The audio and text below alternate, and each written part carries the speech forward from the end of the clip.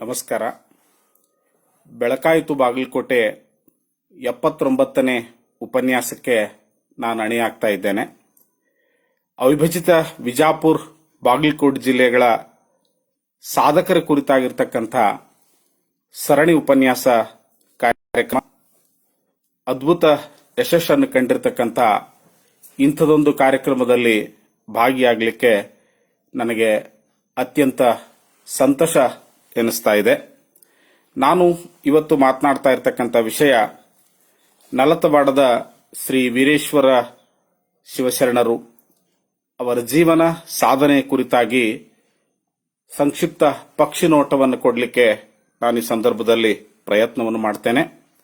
ಈ ಕಾರ್ಯಕ್ರಮದ ಸಂಯೋಜಕರಾಗಿರ್ತಕ್ಕಂಥ ಡಾಕ್ಟರ್ ಪ್ರಕಾಶ್ ಖಾಡೆಯವರಲ್ಲಿ, ಈ ಕಾರ್ಯಕ್ರಮದ ಇನ್ನೋರ್ವ ಸಂಯೋಜಕರಾಗಿರ್ತಕ್ಕಂಥ ಶ್ರೀ ರಾಜಶೇಖರ್ ಮಠಪತಿ ಸರ್ ಅವರಲ್ಲಿ, ಮಾರ್ಗದರ್ಶಕರು ಹಿರಿಯ ಸಾಹಿತಿಗಳು ನನ್ನೂರಿನವರು ಆಗಿರ್ತಕ್ಕಂಥ ಪ್ರೊಫೆಸರ್ BR ಪೊಲೀಸ್ ಪಾಟೀಲ್ ರವರಲ್ಲಿ ಹಾಗೂ ನಾಡಿನ ಎಲ್ಲ ಸಮಸ್ತ ಕನ್ನಡದ ಮನಸ್ಸುಗಳಿಗೆ ನಮನಗಳನ್ನು ಸಲ್ಲಿಸ್ತಾ ನಾನು ನನ್ನ ಉಪನ್ಯಾಸವನ್ನು ಶರಣರ ಕುರಿತಾಗಿ ಬರೆದಿರ್ತಕ್ಕಂಥ BR ಪೊಲೀಸ್ ಪಾಟೀಲ್ ಹಿರಿಯರು ಬರೆದಿರ್ತಕ್ಕಂಥ ಒಂದು ವಚನದ ಮೂಲಕ ನನ್ನ ಉಪನ್ಯಾಸವನ್ನ ಆರಂಭ ಮಾಡ್ತೇನೆ.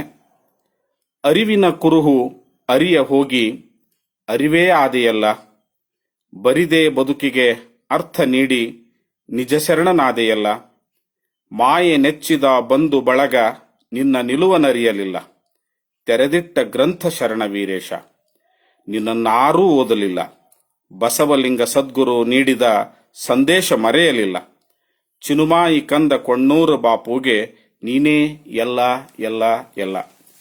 ಈ ವಚನದೊಂದಿಗೆ ನನ್ನ ಮಾತುಗಳನ್ನು ಆರಂಭ ಮಾಡುವಾಗ ನಾನು ಶರಣರ ಜೀವನ ಕುರಿತಾಗಿ ಬಸವಾದಿಗಳು ಹೇಳಿರ್ತಕ್ಕಂಥ, ಅಂದರೆ ಬಸವಣ್ಣನವರು ಹೇಳಿರ್ತಕ್ಕಂಥ ಒಂದು ವಚನ ಶರಣರ ಜೀವನಕ್ಕೆ ಒಂದು ಕನ್ನಡಿಯಂತೆ ಇದೆ ಅಂತ ಅನ್ಕೊಂಡು ಆ ವಚನವನ್ನ ಈ ಸಂದರ್ಭದಲ್ಲಿ ಹೇಳಲಿಕ್ಕೆ ಇಷ್ಟಪಡ್ತೇನೆ. ಮನೆ ನೋಡ ಬಡವರು, ಮನ ನೋಡ ಸಂಪನ್ನರು, ಧನ ನೋಡ ಬಡವರು, ಘನ ಮನ ಸಂಪನ್ನರು, ಕೂಡಲ ಸಂಗನ ಶರಣರು, ಕರುಳಿಲ್ಲದ ಕಲಿಗಳು, ಆರಿಗೆ ಉಪಮಿಸಬಹುದು. ಈ ವಚನ ವೀರೇಶ್ವರ ಶರಣರ ಬದುಕಿಗೆ ಕನ್ನಡಿ ಹಿಡಿದಂತಿದೆ. ಅವರು ನಲತವಾಡದಲ್ಲಿ ವಾಸವಿದ್ದಿರ್ತಕ್ಕಂಥ ಮನೆ ಎಷ್ಟು ಚಿಕ್ಕದು ಅಂತ ಹೇಳಿದ್ರೆ, ಆ ಮನೆ ಒಳಗೆ ಹೋಗ್ಲಿಕ್ಕೆ ಮೈಯ ಓರೆ ಮಾಡಿ ಒಂದೇ ಮಗ್ಗಲಿನಿಂದ ಹೋಗ್ಬೇಕಾಗಿತ್ತಂತೆ. ಇದನ್ನ ಇವತ್ತಿಗೂ ಕೂಡ ಅನೇಕ ಹಿರಿಯರು ಹೇಳ್ತಾರೆ, ಶರಣರ ಮನೆ ಅಷ್ಟು ಚಿಕ್ಕದಿತ್ತು ಅಂತ ತಿಳ್ಕೊಂಡು. ಆದರೂ ಅಲ್ಲಿ ಅತಿಥಿಗಳನ್ನ ಜಂಗಮರೆಂದು ಕಂಡು ದಾಸೋಹ ಮಾಡುವ ಅವರ ಸಂಪನ್ನತೆ ಇತ್ತು. ಅವರಲ್ಲಿ ಬಡತನ ಮನೆ ಮಾಡಿತ್ತು. ಆದ್ರೇನು ಅವರೆಂದೂ ಯಾರಲ್ಲೂ ಕೈ ಒಡ್ಡಿ ಕೇಳಲಿಲ್ಲ, ಯಾಚನೆ ಭಿಕ್ಷಾಟನೆಯನ್ನು ಮಾಡಲಿಲ್ಲ. ತಮ್ಮಲ್ಲಿಯ ಯಾವ ವಸ್ತುವನ್ನು ಹಣಕ್ಕಾಗಿ ಇನ್ನೊಬ್ಬರಿಗೆ ಮಾರಲಿಲ್ಲ. ಆ ಕಾಲದಲ್ಲಿ ನಲತ್ವಾಡಕ್ಕೆ ಆಗಮಿಸಿರ್ತಕ್ಕಂಥ ಒಬ್ಬ ಮಹಾನ್ ಸ್ವಾಮಿಗಳು, ಚನ್ನ ಕವಿಗಳು ಬರೆದಿರ್ತಕ್ಕಂಥ ಅವರ ಚರಿತ್ರೆಯಲ್ಲಿ ಹೇಳ್ತಾರೆ, ಉಜ್ಜಯಿನಿ ಜಗದ್ಗುರು ಮಹಾಸನ್ನಿಧಿಯವರು ಆನೆ, ಒಂಟೆ, ಅನೇಕ ನೂರಾರು ಜನ ತಮ್ಮ ಪರಿವಾರವನ್ನು ಕಟ್ಕೊಂಡು ನಲತ್ವಾಡಕ್ಕೆ ಬಂದು ಬೀಡು ಹೂಡ್ತಾರೆ.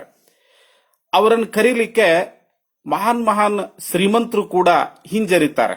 ಇಂಥವ್ರನ್ನ ಹೇಗೆ ಉಪಚರಿಸೋದು, ಹೇಗೆ ಕರೆಯೋದು ಅಂತ ತಿಳ್ಕೊಂಡು. ಆಗ ಯಾರು ಕರೆಯದೇ ಇದ್ದಾಗ ಅತ್ಯಂತ ಬಡವರು, ಅತ್ಯಂತ ಚಿಕ್ಕ ಮನೆ ಇರತಕ್ಕಂಥ ವೀರೇಶ್ವರ ಮಹಾಶಿವ ಶರಣರು ಅವತ್ತಿನ ಉಜ್ಜಯಿನಿ ಸಿದ್ಧಲಿಂಗ ಜಗದ್ಗುರು ಮಹಾಸನ್ನಿಧಿಯವರನ್ನ ತಮ್ಮ ಮನೆಗೆ, ಮಠಕ್ಕೆ ಕರೆದುಕೊಂಡು ಹೋಗಿ ಅವರಿಗೆ ಅಂಬಲಿ ಪ್ರಸಾದವನ್ನು ಮಾಡಿ ಅವರ ಇಡೀ ಪರಿವಾರ ಸಂತೃಪ್ತವಾಗುವಂತೆ ಮಾಡಿರ್ತಕ್ಕಂಥದ್ದನ್ನ, ಆ ದಾಸೋಹ ಸೇವೆಯನ್ನ ಗಮನಿಸಿದಾಗ ಅವರು ಬಡವರಾಗಿದ್ರು ಕೂಡ ಅವರು ಘನ ಸಂಪನ್ನರು ಅನ್ನುವಂತ ಅಣ್ಣನವರ ವಚನ ಅವ್ರ ಬದುಕಿಗೆ ಒಂದು ಕನ್ನಡಿಯಂತೆ ಇದೆ ಅಂತ ನನಗೆ ಅನಿಸುತ್ತೆ. ಶರಣರು ಜೀವಿಸಿದ್ದ ಕಾಲ 1848ರಿಂದ 1920, ಅಂದ್ರೆ ಭಾರತ ಬ್ರಿಟಿಷರ ಕಪಿಮುಷ್ಟಿಯಲ್ಲಿ ನರಳುತ್ತಾ ಇರತಕ್ಕಂಥ ಆ ಸಂದರ್ಭವದು.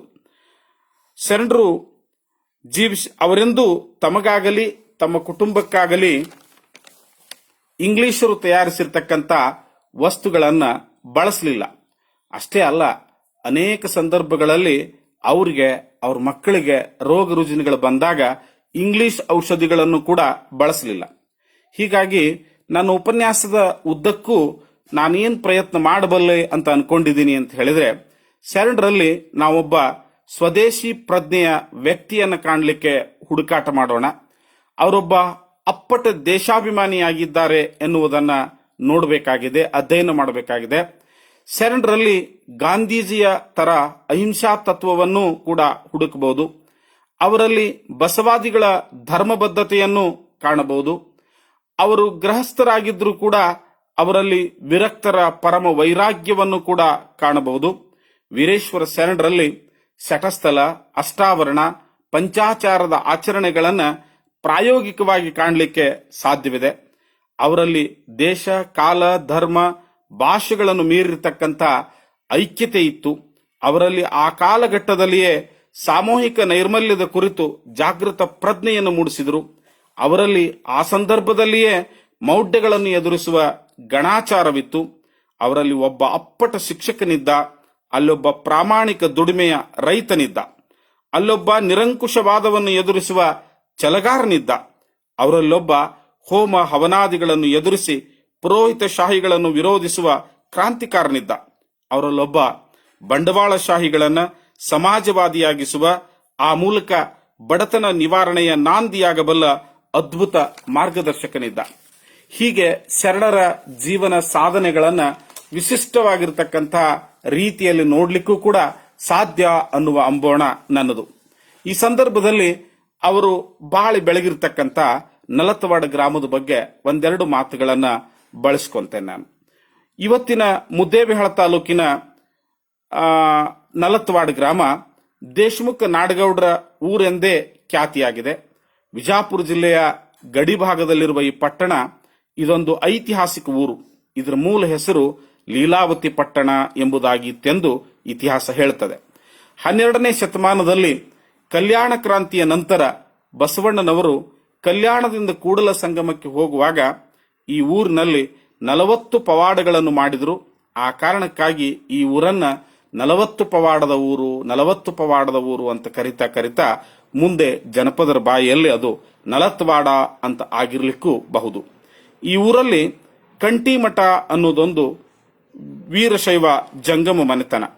ಜಂಗಮದ ಕಾಯಕ ವೃತ್ತಿಯೊಂದಿಗೆ ಕೃಷಿ ಕಾಯಕ ಮಾಡುತ್ತಿದ್ದ ಆ ಕುಟುಂಬಕ್ಕೆ ನಲತ್ವಾಡದ ಸಮೀಪದ ಗಾಳಪೂಜಿ, ಸಿದ್ದಾಪುರಗಳಲ್ಲಿಯೂ ಮಠ, ಮನೆ ಹಾಗೂ ಆಸ್ತಿಗಳಿದ್ದವು.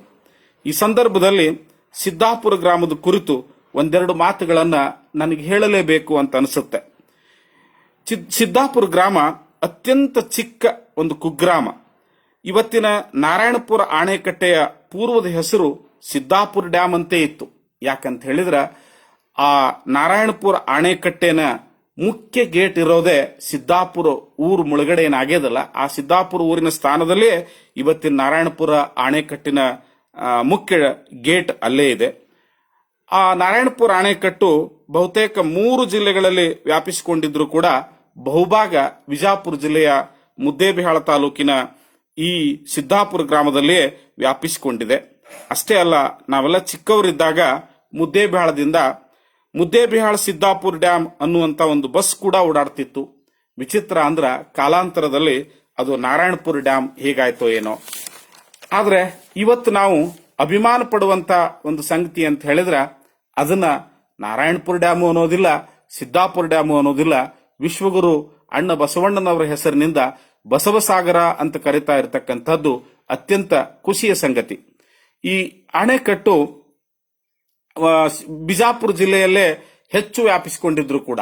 ಅಷ್ಟೇ ಅಲ್ಲ, ಅದರ ಹಿನ್ನೀರಿನಲ್ಲಿ ವಿಜಾಪುರ ಜಿಲ್ಲೆಯ ಬಹುತೇಕ ಹಳ್ಳಿಗಳು, ಪಟ್ಟಣಗಳು, ಗುಡಿಗೋಪುರಗಳು, ಐತಿಹಾಸಿಕ ಕೋಟೆ ಕೊತ್ತಲಗಳು ಮುಣಿಗಿ ಹೋಗಿದ್ರೂ ಕೂಡ ಆದರೆ ಅದಕ್ಕೆ ಸಂಬಂಧಪಟ್ಟಿರ್ತಕ್ಕಂಥ ಅನೇಕ ಕಚೇರಿಗಳು ಪಕ್ಕದ ಜಿಲ್ಲೆಗೆ ನಮ್ಮ ಜನ ಬಿಟ್ಕೊಟ್ರು ಅನ್ನುವಂಥ ನೋವು ನನ್ನದು. ಒಂದು ವೇಳೆ ಆ ಎಲ್ಲ ಕಚೇರಿಗಳು ಬಹುತೇಕ ವಿಜಾಪುರ ಜಿಲ್ಲೆಯ ಮುದ್ದೇಬಿಹಾಳ ತಾಲೂಕಿನ ಈ ಗ್ರಾಮಗಳಲ್ಲಿ ಆಗಿದ್ರೆ ಆ ಜಿಲ್ಲೆ, ಭೂಮಿ ಕೊಟ್ಟಿರ್ತಕ್ಕಂಥ ಜಿಲ್ಲೆ, ನೀರು ಕೊಟ್ಟಿರ್ತಕ್ಕಂಥ ಜಿಲ್ಲೆ ಅಭಿವೃದ್ಧಿ ಆಗುತ್ತಿತ್ತೇನೋ ಎಂಬ ಸಾಮಾಜಿಕ ಕಳಕಳಿ ನನ್ನದು.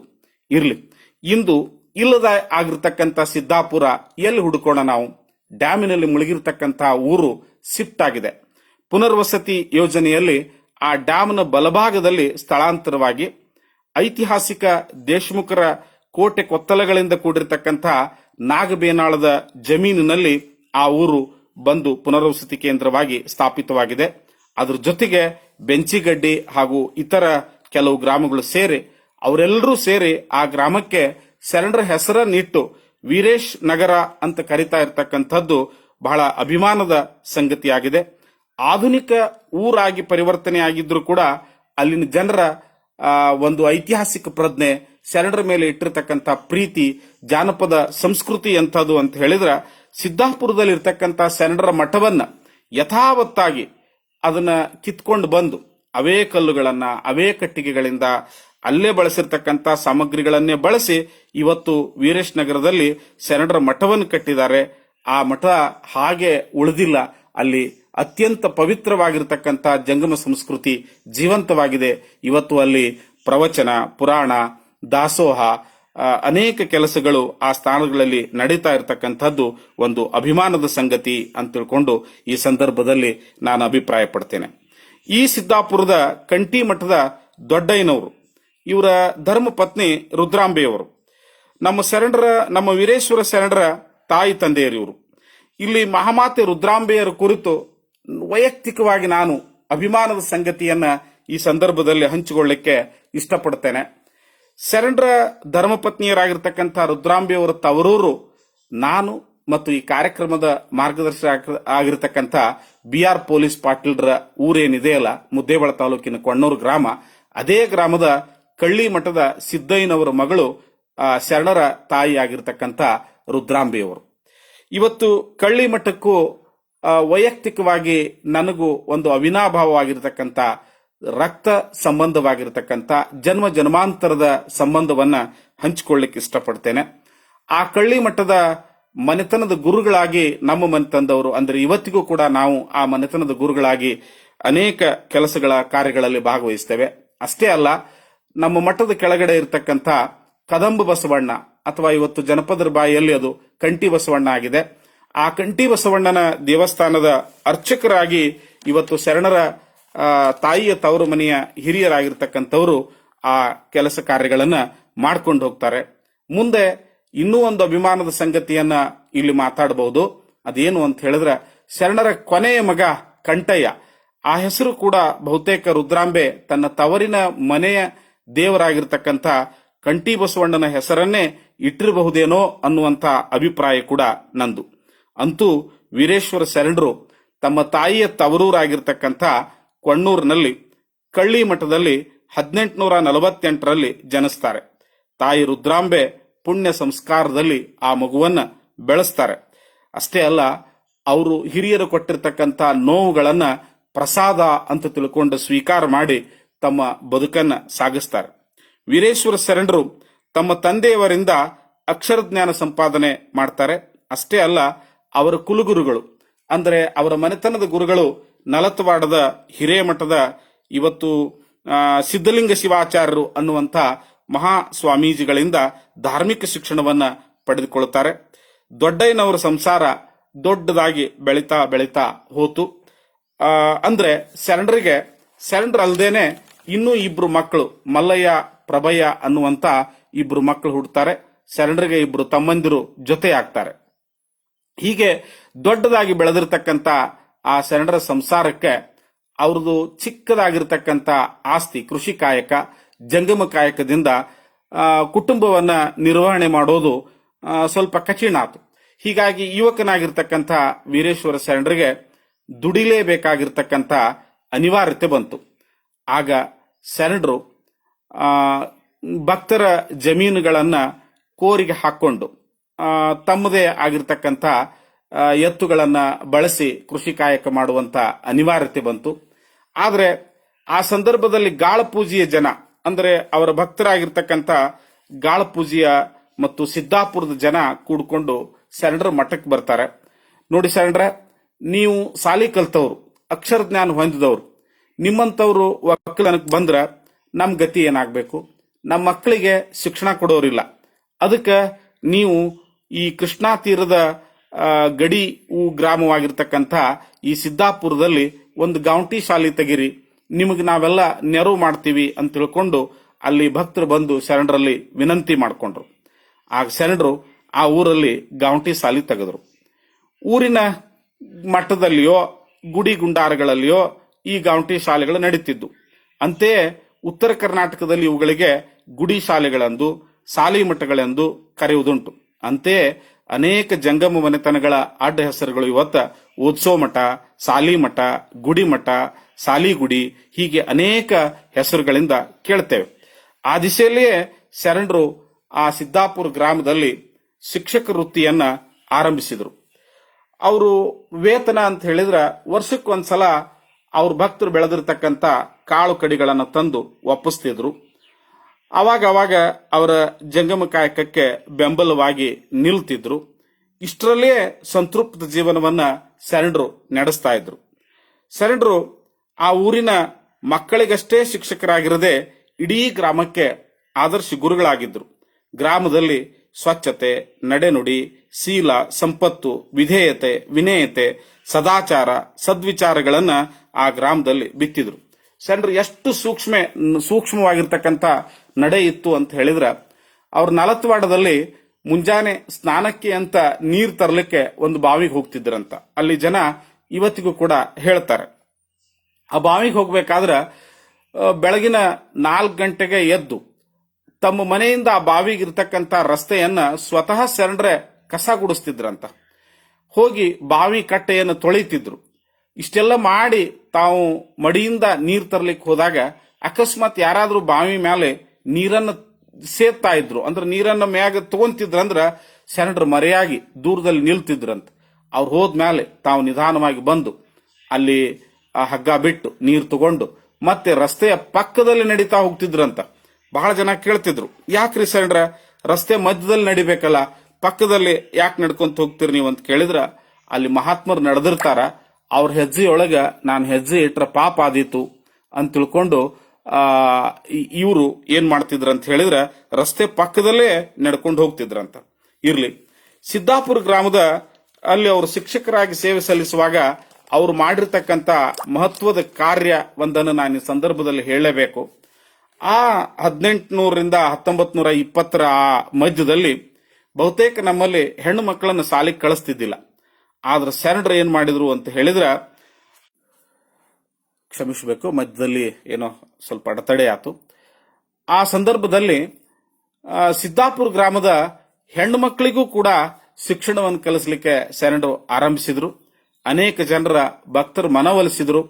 ಅವರು ನನ್ನ ಮಕ್ಕಳಿದ್ದಂಗೆ ಅಂತ ತಿಳ್ಕೊಂಡು ಅವ್ರನ್ನ ಹತ್ತಿ ಕರ್ಕೊಂಡು ಆ ಗ್ರಾಮದ ಆ ಕಾಲಘಟ್ಟದಲ್ಲಿಯೇ ಸಿದ್ದಾಪುರ, ಗಾಳಪೂಜಿ ಗ್ರಾಮಗಳಲ್ಲಿ ಅಲ್ಲಿ ಊರು ಸಾಣದು, ಅಲ್ಲಿರ್ತಕ್ಕಂಥ ಮನೆತನಗಳು ಬಹಳ ದೊಡ್ಡ. ಇವತ್ತಿಗೂ ಕೂಡ ಅಲ್ಲಿ ನಾಡಗೌಡ, ದೇಶಮುಖರ ಮನೆತನಗಳು ಇವತ್ತಿಗೂ ಕೂಡ ಇವೆ.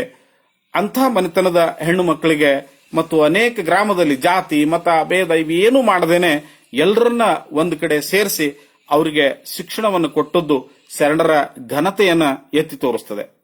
ಹೀಗೆ ಶರಣರು ಬೆಳೀತಾ ಬೆಳೀತಾ ವಯಸ್ಸಿಗೆ ಬಂದ್ರು. ಅಂದ್ರೆ 22ನೇ ವಯಸ್ಸಿಗೆ ಬಂದಾಗ ಅವ್ರ ತಂದೆ ದೊಡ್ಡಾರ್ಯರು ಶರಣರಿಗೆ ಮದುವೆ ಮಾಡಬೇಕು ಅನ್ನುವಂತ ಪ್ರಸ್ತಾಪ ಮಾಡಿದ್ರು. ಅಷ್ಟೇ ಅಲ್ಲ, ಗಾಳಪೂಜಿ, ಸಿದ್ದಾಪುರ, ನಲತ್ವಾಡದ ಭಕ್ತರು ಕೂಡ ಶರಣರಿಗೆ ಮದುವೆ ಮಾಡಬೇಕು ಅಂತ ತಿಳ್ಕೊಂಡು ಮುಂದೆ ಬಂದ್ರು. ಆದ್ರೆ ಪರಮ ವೈರಾಗ್ಯ ಮೂರ್ತಿಗಳಾಗಿರ್ತಕ್ಕಂಥ ಶರಣರು ಮದುವೆಯನ್ನ ನಿರಾಕರಿಸಿದ್ರು. ಆಗ ಅವ್ರ ಗುರುಗಳಾಗಿರ್ತಕ್ಕಂಥ ಸಿದ್ಧಲಿಂಗ ಶಿವಾಚಾರ್ಯರು ಅವರು ಅವ್ರನ್ನ ಕರೆದು, ನೋಡಪ್ಪ, ಸನ್ಯಾಸತ್ವ ಯೋಗ್ಯವಾಗಿರ್ತಕ್ಕಂಥದ್ದಲ್ಲ. ಪರಮಾತ್ಮ ಪಾರ್ವತಿಯರು ಕೂಡ ಸತಿಪತಿಗಳೊಂದಾಗಿ ಭಕ್ತಿಯನ್ನು ಮಾಡಿರ್ತಕ್ಕಂಥದ್ದು. ಹೀಗೆ ನೀನು ಸಂಸಾರದಲ್ಲಿ ಇದ್ದುಕೊಂಡೇ ಸದ್ಗತಿಯನ್ನು ಕಾಣಬೇಕು, ನೀ ಮದುವೆ ಆಗ್ಲೇಬೇಕು ಅಂತ ಒತ್ತಾಯ ಮಾಡಿದಾಗ ವಿದ್ಯೆಯನ್ನು ಕೊಟ್ಟಿರ್ತಕ್ಕಂಥ, ಧರ್ಮಬೋಧೆಯನ್ನು ಕೊಟ್ಟಿರ್ತಕ್ಕಂಥ, ಸ್ಥಾನಮಾನಗಳನ್ನು ಕೊಟ್ಟಿರ್ತಕ್ಕಂಥ ಗುರುಗಳ ಮಾತುಗಳನ್ನ ಅವರಿಂದ ಮೀರ್ಲಿಕ್ಕಾಗ್ಲಿಲ್ಲ. ಹೀಗಾಗಿ ಶರಣರು ಮದುವೆಗೆ ಒಪ್ಕೊಂಡ್ರು. ಶರಣರು ಮದುವೆ ಆಗಿರ್ತಕ್ಕಂಥ ಕನ್ಯೆ ಗುರುದೇವಿ ತಾಯಿಯವರು. ಅವ್ರ ಊರು, ಅವರ ಮಠದ ಪರಿಸ್ಥಿತಿ ಬಗ್ಗೆ ಹೇಳಬೇಕಾಗ್ತದೆ. ಗುರುದೇವಿ ತಾಯಿಯವರ ತವರೂರು ಮುದ್ದೇಬಿಹಾಳ ಪಕ್ಕದಲ್ಲಿ ಇರತಕ್ಕಂಥ ಬಿದಿರುಕುಂದಿ ಗ್ರಾಮ. ಆ ಬಿದಿರುಕುಂದಿ ಗ್ರಾಮದೊಳಗ ಹಿರೇಮಠದ ಮನೆತನದಲ್ಲಿ ಇರ್ತಕ್ಕಂಥ ಒಬ್ಬ ಹೆಣ್ಣುಮಗಳಾಗಿದ್ರು. ಅವ್ರ ಬಗ್ಗೆ ಒಂದು ವಿಶೇಷ ಮಾತು ಅಂತ ಹೇಳಿದ್ರ, ಇವತ್ತಿನ ಆಲ್ಮಟ್ಟಿಯ ಹಿರೇಮಠ ಏನಿದೆಯಲ್ಲ, ಆ ಮಠದಲ್ಲಿ ಒಬ್ರು ಶಟಸ್ಥಲ ಬ್ರಹ್ಮಿ ಗಜದಂಡ ಶಿವಾಚಾರ್ಯರು ಅಂತ ಒಬ್ಬ ಸ್ವಾಮಿಗಳು ಆಗಿ ಹೋಗ್ತಾರೆ. ಅವರು ಮೂಲತಃ ಬಿದಿರುಕುಂದಿಯವರು ಅಥವಾ ಗುರುದೇವಿ ತಾಯಿಯವರ ಸಹೋದರರು ಅನ್ನೋದನ್ನ ಶರಣರ ಕುರಿತಾಗಿ ಚರಿತ್ರೆ ಬರೆದಿರ್ತಕ್ಕಂಥ ಬಲಕುಂದಿ ಡಾಕ್ಟರ್ ವೀರಬಸವ ಬಲಕುಂದಿ ಅವರು ಉಲ್ಲೇಖವನ್ನ ಮಾಡ್ತಾರೆ. ಹೀಗೆ ಗಜದಂಡ ಶಿವಾಚಾರ್ಯರ ಬಗ್ಗೆ ಅಥವಾ ಆಲಮಟ್ಟಿ ಹಿರೇಮಠದ ಬಗ್ಗೆ ಒಂದೆರಡು ಅಭಿಮಾನದ ಮಾತುಗಳನ್ನು ಈ ಸಂದರ್ಭದಲ್ಲಿ ಬಳಸ್ಕೊಂಡ್ರೆ ತಪ್ಪಾಗ್ಲಿಕ್ಕಿಲ್ಲ ಅಂತ ಅನ್ಕೊಂತೇನೆ. ಮುದ್ದೇಬಿಹಾಳದಲ್ಲಿ ಶಿಕ್ಷಣದ ಬೀಜ ಬಿತ್ತಿದವರು, ಇಲ್ಲಿ ಸ್ಕೂಲು ಕಾಲೇಜುಗಳನ್ನು ಕಟ್ಟಿರ್ತಕ್ಕಂಥ ಕೀರ್ತಿ ಯಾರಿಗಂದ್ರ ಕರ್ನಾಟಕ, ಆಂಧ್ರ, ಮಹಾರಾಷ್ಟ್ರದಾದ್ಯಂತ ಶಿಕ್ಷಣದ ಬೀಜವನ್ನು ಬಿತ್ತಿರ್ತಕ್ಕಂಥ ಮಹಾನ್ ಶಿಕ್ಷಣ ದಾಸೋಹಿ ಬಂತನಾಳಪ್ಪಗಳು.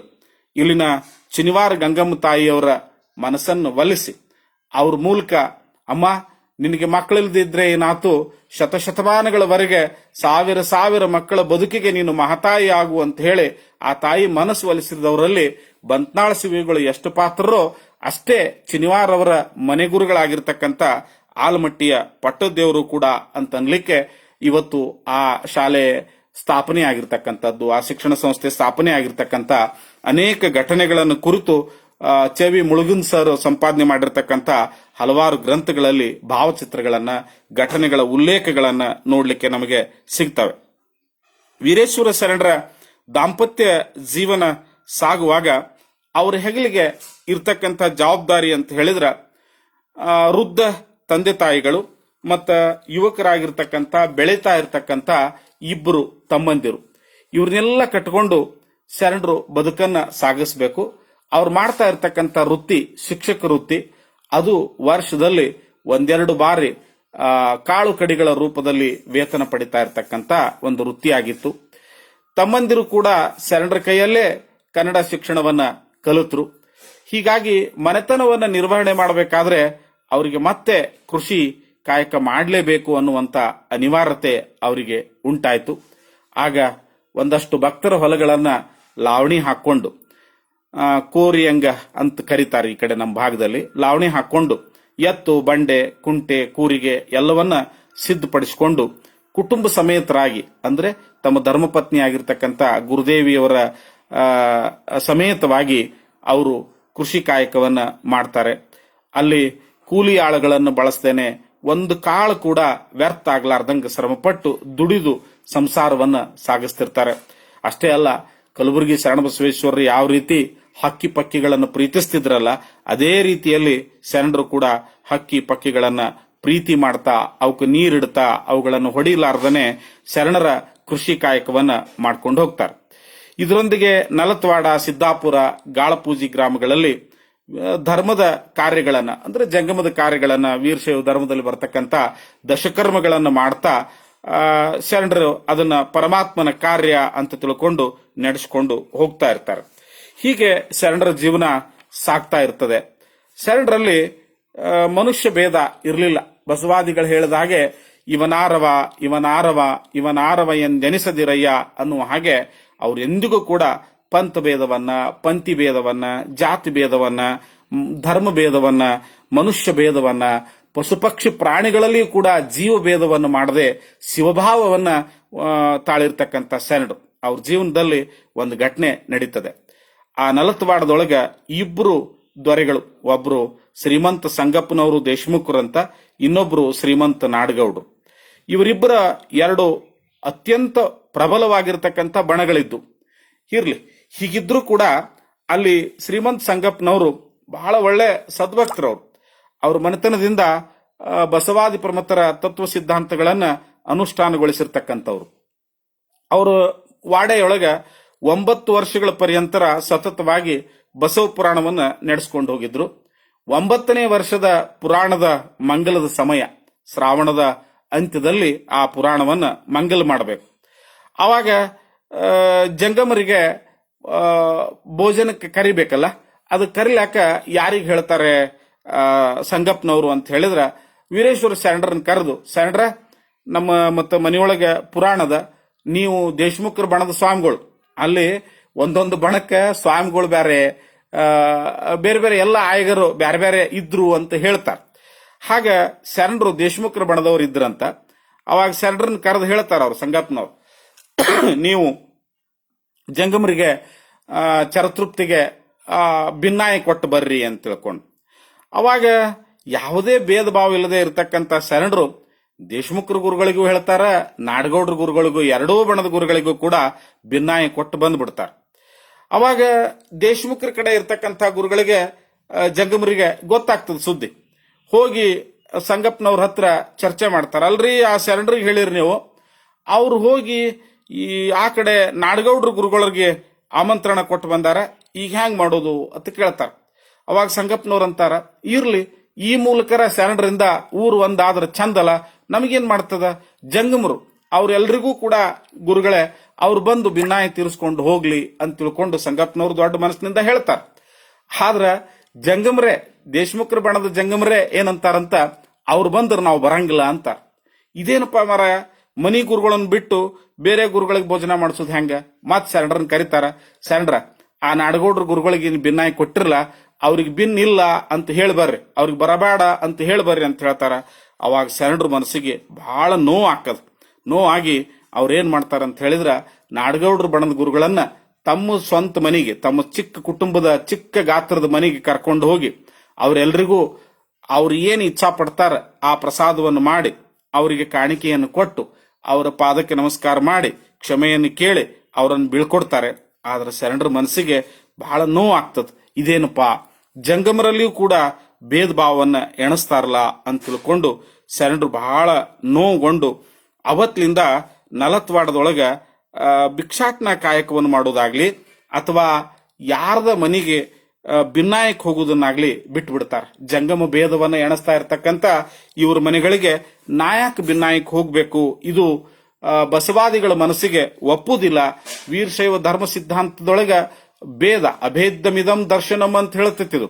ಎಲ್ಲಿ ಭೇದ ಇರ್ತದ ಅದು ಶೈವ ಅಲ್ಲ ಅನ್ನುವಂತ ಮಾತನ್ನ, ವೀರಶೈವ ಅಲ್ಲ ಅನ್ನುವಂತ ಮಾತಿರುವಾಗ ನಾನು ಭೇದ ಇದ್ದಲ್ಲಿ ನಾನು ಹೋಗಬಾರದು ಅಂತ ತಿಳ್ಕೊಂಡು ಅವ್ರು ಬಿಟ್ಬಿಡ್ತಾರ. ಅಷ್ಟೇ ಅಲ್ಲ, ಕೃಷಿ ಕಾಯಕದ ಕುರಿತು ಕೂಡ ಅವರು ಅವತ್ತಿನಿಂದ ಸ್ವಲ್ಪ ಅಭಿರುಚಿಯನ್ನ ಕಡಿಮೆ ಮಾಡ್ಕೋತಾರ.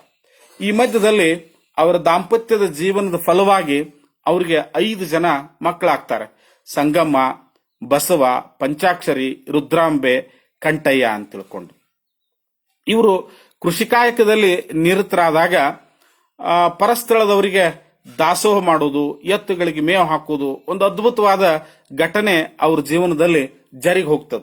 ಏನಂತ ಹೇಳಿದ್ರ, ಒಂದ್ಸಲ ತಮ್ಮ ಎತ್ತಿಗೆ ಬೇಕಂತ ತಿಳ್ಕೊಂಡು ತಲೆಮ್ಯಾಲೆ ಒಂದು ಹೊರಿ ಮೇವು ಹೊತ್ಕೊಂಡು ಹೊಂಟಿರ್ತಾರ.